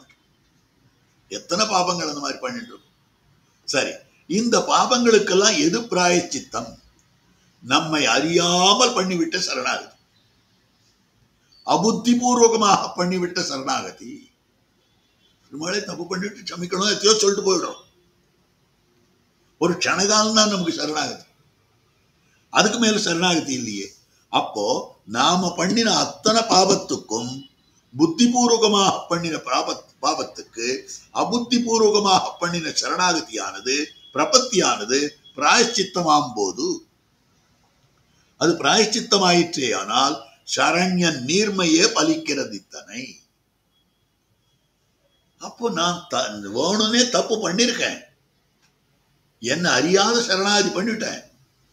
அப்ப என்ன அறியாத பண்ணின ஒரு சரணாகதிக்கு எப்படி எனக்கு பலன் கிடைக்கும் அப்படின்னா, நீ பண்ற சரணாகதியும் உனக்கு பலன் கொடுக்காது. சரண்யனுடைய நீர்மை தான், எம்பெருமானுடைய சுபாவம் தான் அது காட்டுகிறது, அவனுடைய சௌலபியம் காட்டுகிறது, பலிக்கிறது இத்தனை. உபாயம்னா என்னது? உபாயம்ன்றது எதுக்கு பேர் அப்படின்னா, பலத்தோடே சந்திப்பிக்குவதன்றோ உபாயமாவது. எது நம்மை பலத்தோட சேர்த்து கொடுக்கிறதோ, பலனோட எது நமக்கு ரிசல்ட் கொடுக்கிறதோ சேர்க்கிறதோ அதுதான் உபாயம். சந்திப்பிக்குமதன்றோ உபாயமாவது. அங்க நன்றேயாகில் பிரபத்தி வேண்டுவதென்று. சரி, இப்போ இந்த இடத்துல பலன்னு சொல்றது சரண்யனுடைய நீர்மை, அதுதான் எனக்கு உபாயமா இருக்கு, அதனால்தான் எனக்கு பலன் கிடைக்கிறது. என்ன அபுத்திபூர்வகமான பண்ணின பிரபத்தி, புத்திபூர்வகமாக பண்ணின பாபம், புத்திபூர்வகமாக பண்ணின பாபத்துக்கு அபுத்திபூர்வக பிரபத்தியானது பிராயச்சித்தமா இருக்கிறதுன்னா சரண்யனுடைய நீர்மைதான உபாயம். அப்ப நம்ம செயல் ஒண்ணுமே இல்லையோ இல்லையோ. அப்ப எதுக்காக சுவாமி சரணாகதி பண்ணணும்? அவனுடைய கிருபை உபாயம்ன்ற போது சரணாகதியம் பண்ணணும். நான் பண்ற சரணாகதி உபாயமா இருந்தா சரணாகதி பண்ணணும். பக்தி யோகம் உபாயம்னு சாஸ்திரம் சொல்லிருக்கு, பக்தி யோகம் பண்றேன். கர்ம ஜானங்கள் உபாயம்னு சாஸ்திரம் சொல்றது, கர்மயோகங்கள் பண்றேன். திருநாம சங்கீர்த்தனம் உபாயம்னு சொல்லிருக்கு சாஸ்திரம், அதனால நான் பண்றேன். பிரபத்தி உபாயம் இல்லைன்னு சொல்லிட்டு இருக்கோங்க, அதை ஏன் நான் பண்ணணும்? அப்போ சரணாகதியை பண்ண வேண்டாமே அப்படின்னு கேட்டா, வேண்டுவான் என்னென்னில் சைத்தன்ய காரியம் வேண்டுகையாலே. இந்த பலன் எனக்கு வேண்டும் என்று நமக்கு புத்தி இருக்கிறபடியாலே சைத்தன்ய காரியம், எனக்கு சைத்தன்யம் இருக்கு, அந்த சைத்தன்யத்துக்கு ஏதாவது ஒன்று செய்யணும் இல்லையோ. பெருமாள் இல்லைன்னாக்கா நம்ம கல்லாவே படைச்சிருக்கலாமே. கல்லாகவோ கட்டையாகவோ மண்ணாகவோ மரமாகவோ மட்டையாகவோ படைக்காமல் ஒரு சேத்தனாக எம்பெருமான் சிருஷ்டித்திருக்கிறான் நம்மை. அப்ப அந்த சேத்தனான வாசிக்கு சைத்தன்ய காரியம் ஏதாவது வேண்டாமா?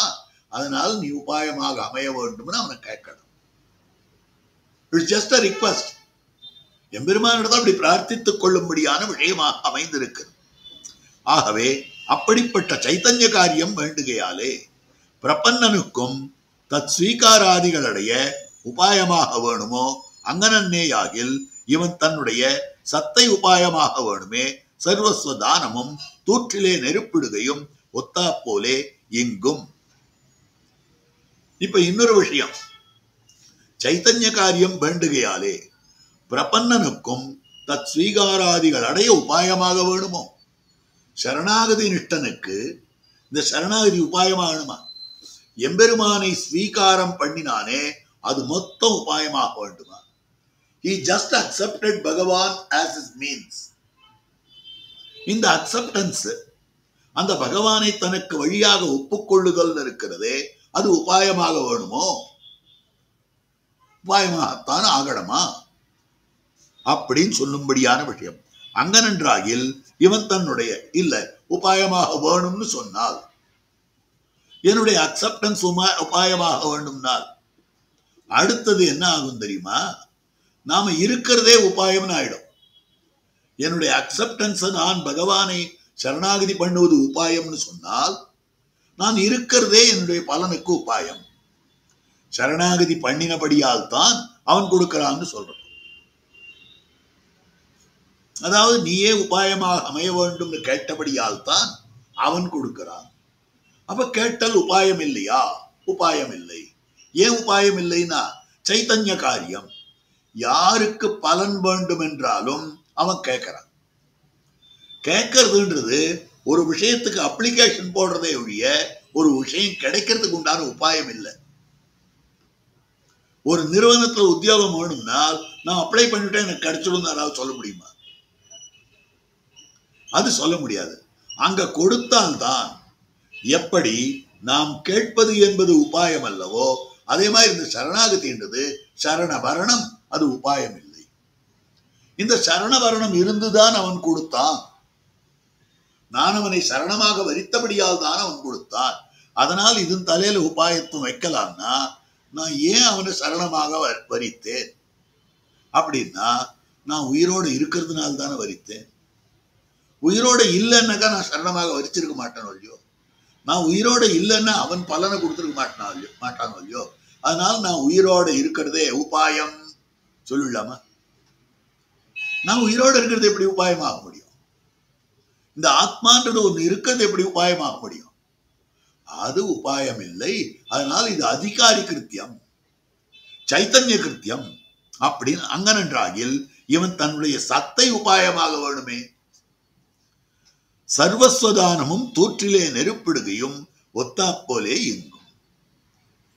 எல்லாத்தையும் கொடுத்துடுறதும் தூற்றிலே நெருப்பிடுகையும் ஒத்தாற்போலே இங்கும் ஆர்த்தோவா இதிவா திருப்தகா என்றது. ஆர்த்தனா இருந்தாலும் திருப்த பிரபன்னா இருந்தாலும் சரணாகதி பண்ணினார். எல்லாவற்றையும் கொடுத்துடுறது இருக்கு, எல்லாத்தையும் கொளுத்தி போட்டுடுறது ரெண்டும் ஒண்ணுதான். என்னை விட்டு போறது. அதே மாதிரியாக நெருப்பிடுகையும் ஒத்தார் போலே இங்கும் ஆர்த்தோவா எதிவா திருப்தகா பரேஷாம் சரணாகதா. அவன் ஆர்த்த பிரபன்னனாயிருந்தாலும் திருப்த பிரபன்னனாயிருந்தாலும் சரணாகத்தன் தானே. அதற்கனுகுணமாக பார்க்கிற போது இந்த இடத்தை தெரிவிக்கக்கூடிய அழகான வார்த்தையாக அமைந்திருக்கிறது. குத்து விளக்கரிய கோட்டுக்கால் கட்டில் மேல் கட்டில் ஜாதி பேச்சு. அப்ப எதுக்காக இத்தனை விஷயம் சொல்லியிருக்குன்னா, கட்டில் குவலையாபீடம் என்னும்படியான யானையை கொன்று அதனாலே செய்யப்பட்ட கட்டில்ல தான் படுத்துக் கொள்ளுவள். வீரபத்தினியானபடியாலே வீரபத்தினிகள் அந்த பர்த்தாவனுடைய வீர சின்னங்கள் இருக்கிற விஷயத்தில் தான் ஈடுபடுவார்கள். சீதா பிராட்டி ராமனுடைய தோள்களை அண்ட கொண்ட பலத்தாலே எந்த விதமான பயமும் கொள்ளவில்லைன்னு காட்டினார்கள். எப்படி அதுக்குன்னா, அதுதான் ஆர்த்தோவா எதிவா திருப்தகான்னு தெரிவித்திருக்கக்கூடிய அற்புதமான அந்த ஸ்லோகம் அமைந்திருக்கிறது. அவன் ஆர்த்தனா இருந்தாலும் திருப்தனா இருந்தாலும் பரேஷாம் சரணாகதா ஹரி பிராணான் பரித்யஜ்யா, அவன் ரட்சிக்கத்தக்கவன். சரி, இப்ப பிரபத்தின்னா அதுக்கு என்ன லட்சணம்னு காட்டினார். அவன் திருவடிகளை பிடிச்சுக்கிறது. அவன் திருவடிகளை பிடிச்சுக்கிறதுனா அவன் திருவடிகளை உபாயமா பிடிச்சுக்கணுமா அல்லது பிடிச்சுனா போருமா? அவன் திருவடிகளை உபாயமாக பிடித்துக் கொள்ள வேண்டும். நான் பிடித்துக் கொள்வது உபாயம் அல்ல என்கிற இடத்துல எப்ப நான் பிடிச்சுக்கிறது உபாயம் இல்லையோ அப்ப என்னத்துக்கு வச்சுட்டு இருக்கணும்? சில விஷயங்கள்லாம் நமக்கு உபயோகமே இல்லைன்னாலும் வச்சுக்கிறோமோ இல்லையோ. ஏன்னா அந்த விஷயம் இருந்தாதான் நம்மளுக்கு நாம இருக்க முடியுது. நம்முடைய சொரூபத்தோட சேர்ந்ததாகவே இருக்கிறது. அதே மாதிரி சைத்தன்ய காரியம் நமக்கு ஞானம்னு ஒண்ணு கொடுத்துருக்கான். அந்த ஞானம்னு கொடுத்ததுக்காக அதை வச்சுக்கணும். நமக்கு ஞானம்னு ஒண்ணு பகவான் கொடுத்துருக்கானோ இல்லையோ, சைத்தன்யம்னு ஒண்ணு கொடுத்துருக்கானோ இல்லையோ, அதுக்கு ஒரு பிரயோஜனப்பட வேண்டும் இல்லையோ, அதுக்காகத்தான் அந்த எம்பெருமானை சரணாகதி பண்ண வேண்டும் அப்படின்னு சொல்லும்படியான விஷயம். சரணாகதி பண்ணாதானே அவன் பலன் தரான், அதனால அது உபாயம்னா நீ இருக்கவே தானே அவன் பலன் தரான், அதனால அதை உபாயமா சொல்லுவியா? நான் இருக்கவே இதை பலன் தரேன்றதுனால என்னுடைய சத்தை உபாயமாம் என்று என் சரணாகதி உபாயமாகும். அப்படின்னு காட்டியிருக்கக்கூடிய விஷயம். ஆகவே அதற்கனுகுணமாக தெரிவித்திருக்கிற வார்த்தை கட்டில் ஜாதி பேச்சு. இதுக்கு மேல மெத்தன்ன பஞ்சசயனத்தின் மேலேறி கொத்தலர் பூங்குழல் நம்பின்ன கொங்கமேல் வைத்து கிடந்த மலர் மார்பா வாய்திரவாய் இத்தியாதியான வாக்கியங்களுடைய பந்திகளுடைய அர்த்தத்தெல்லாம் மேற்கொண்டு நாளைய காலக்ஷேபத்திலே சேவிக்கலாம். கோஷ்டியார் எல்லோரும் எழுந்துள்ள வேணும். இப்பொழுது இன்றைய நாள்பாட்டா இருக்கக்கூடிய குத்துவிளக்கரிய பாசுரத்தை அனுசந்தானம் பண்ண வேணுமாய் பிரார்த்திக்கிறேன்.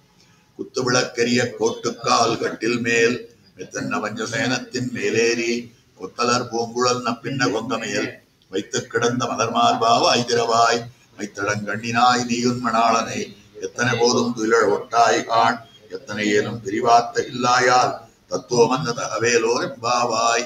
நாளைக்கு கிரமமா காலக்ஷேபம்.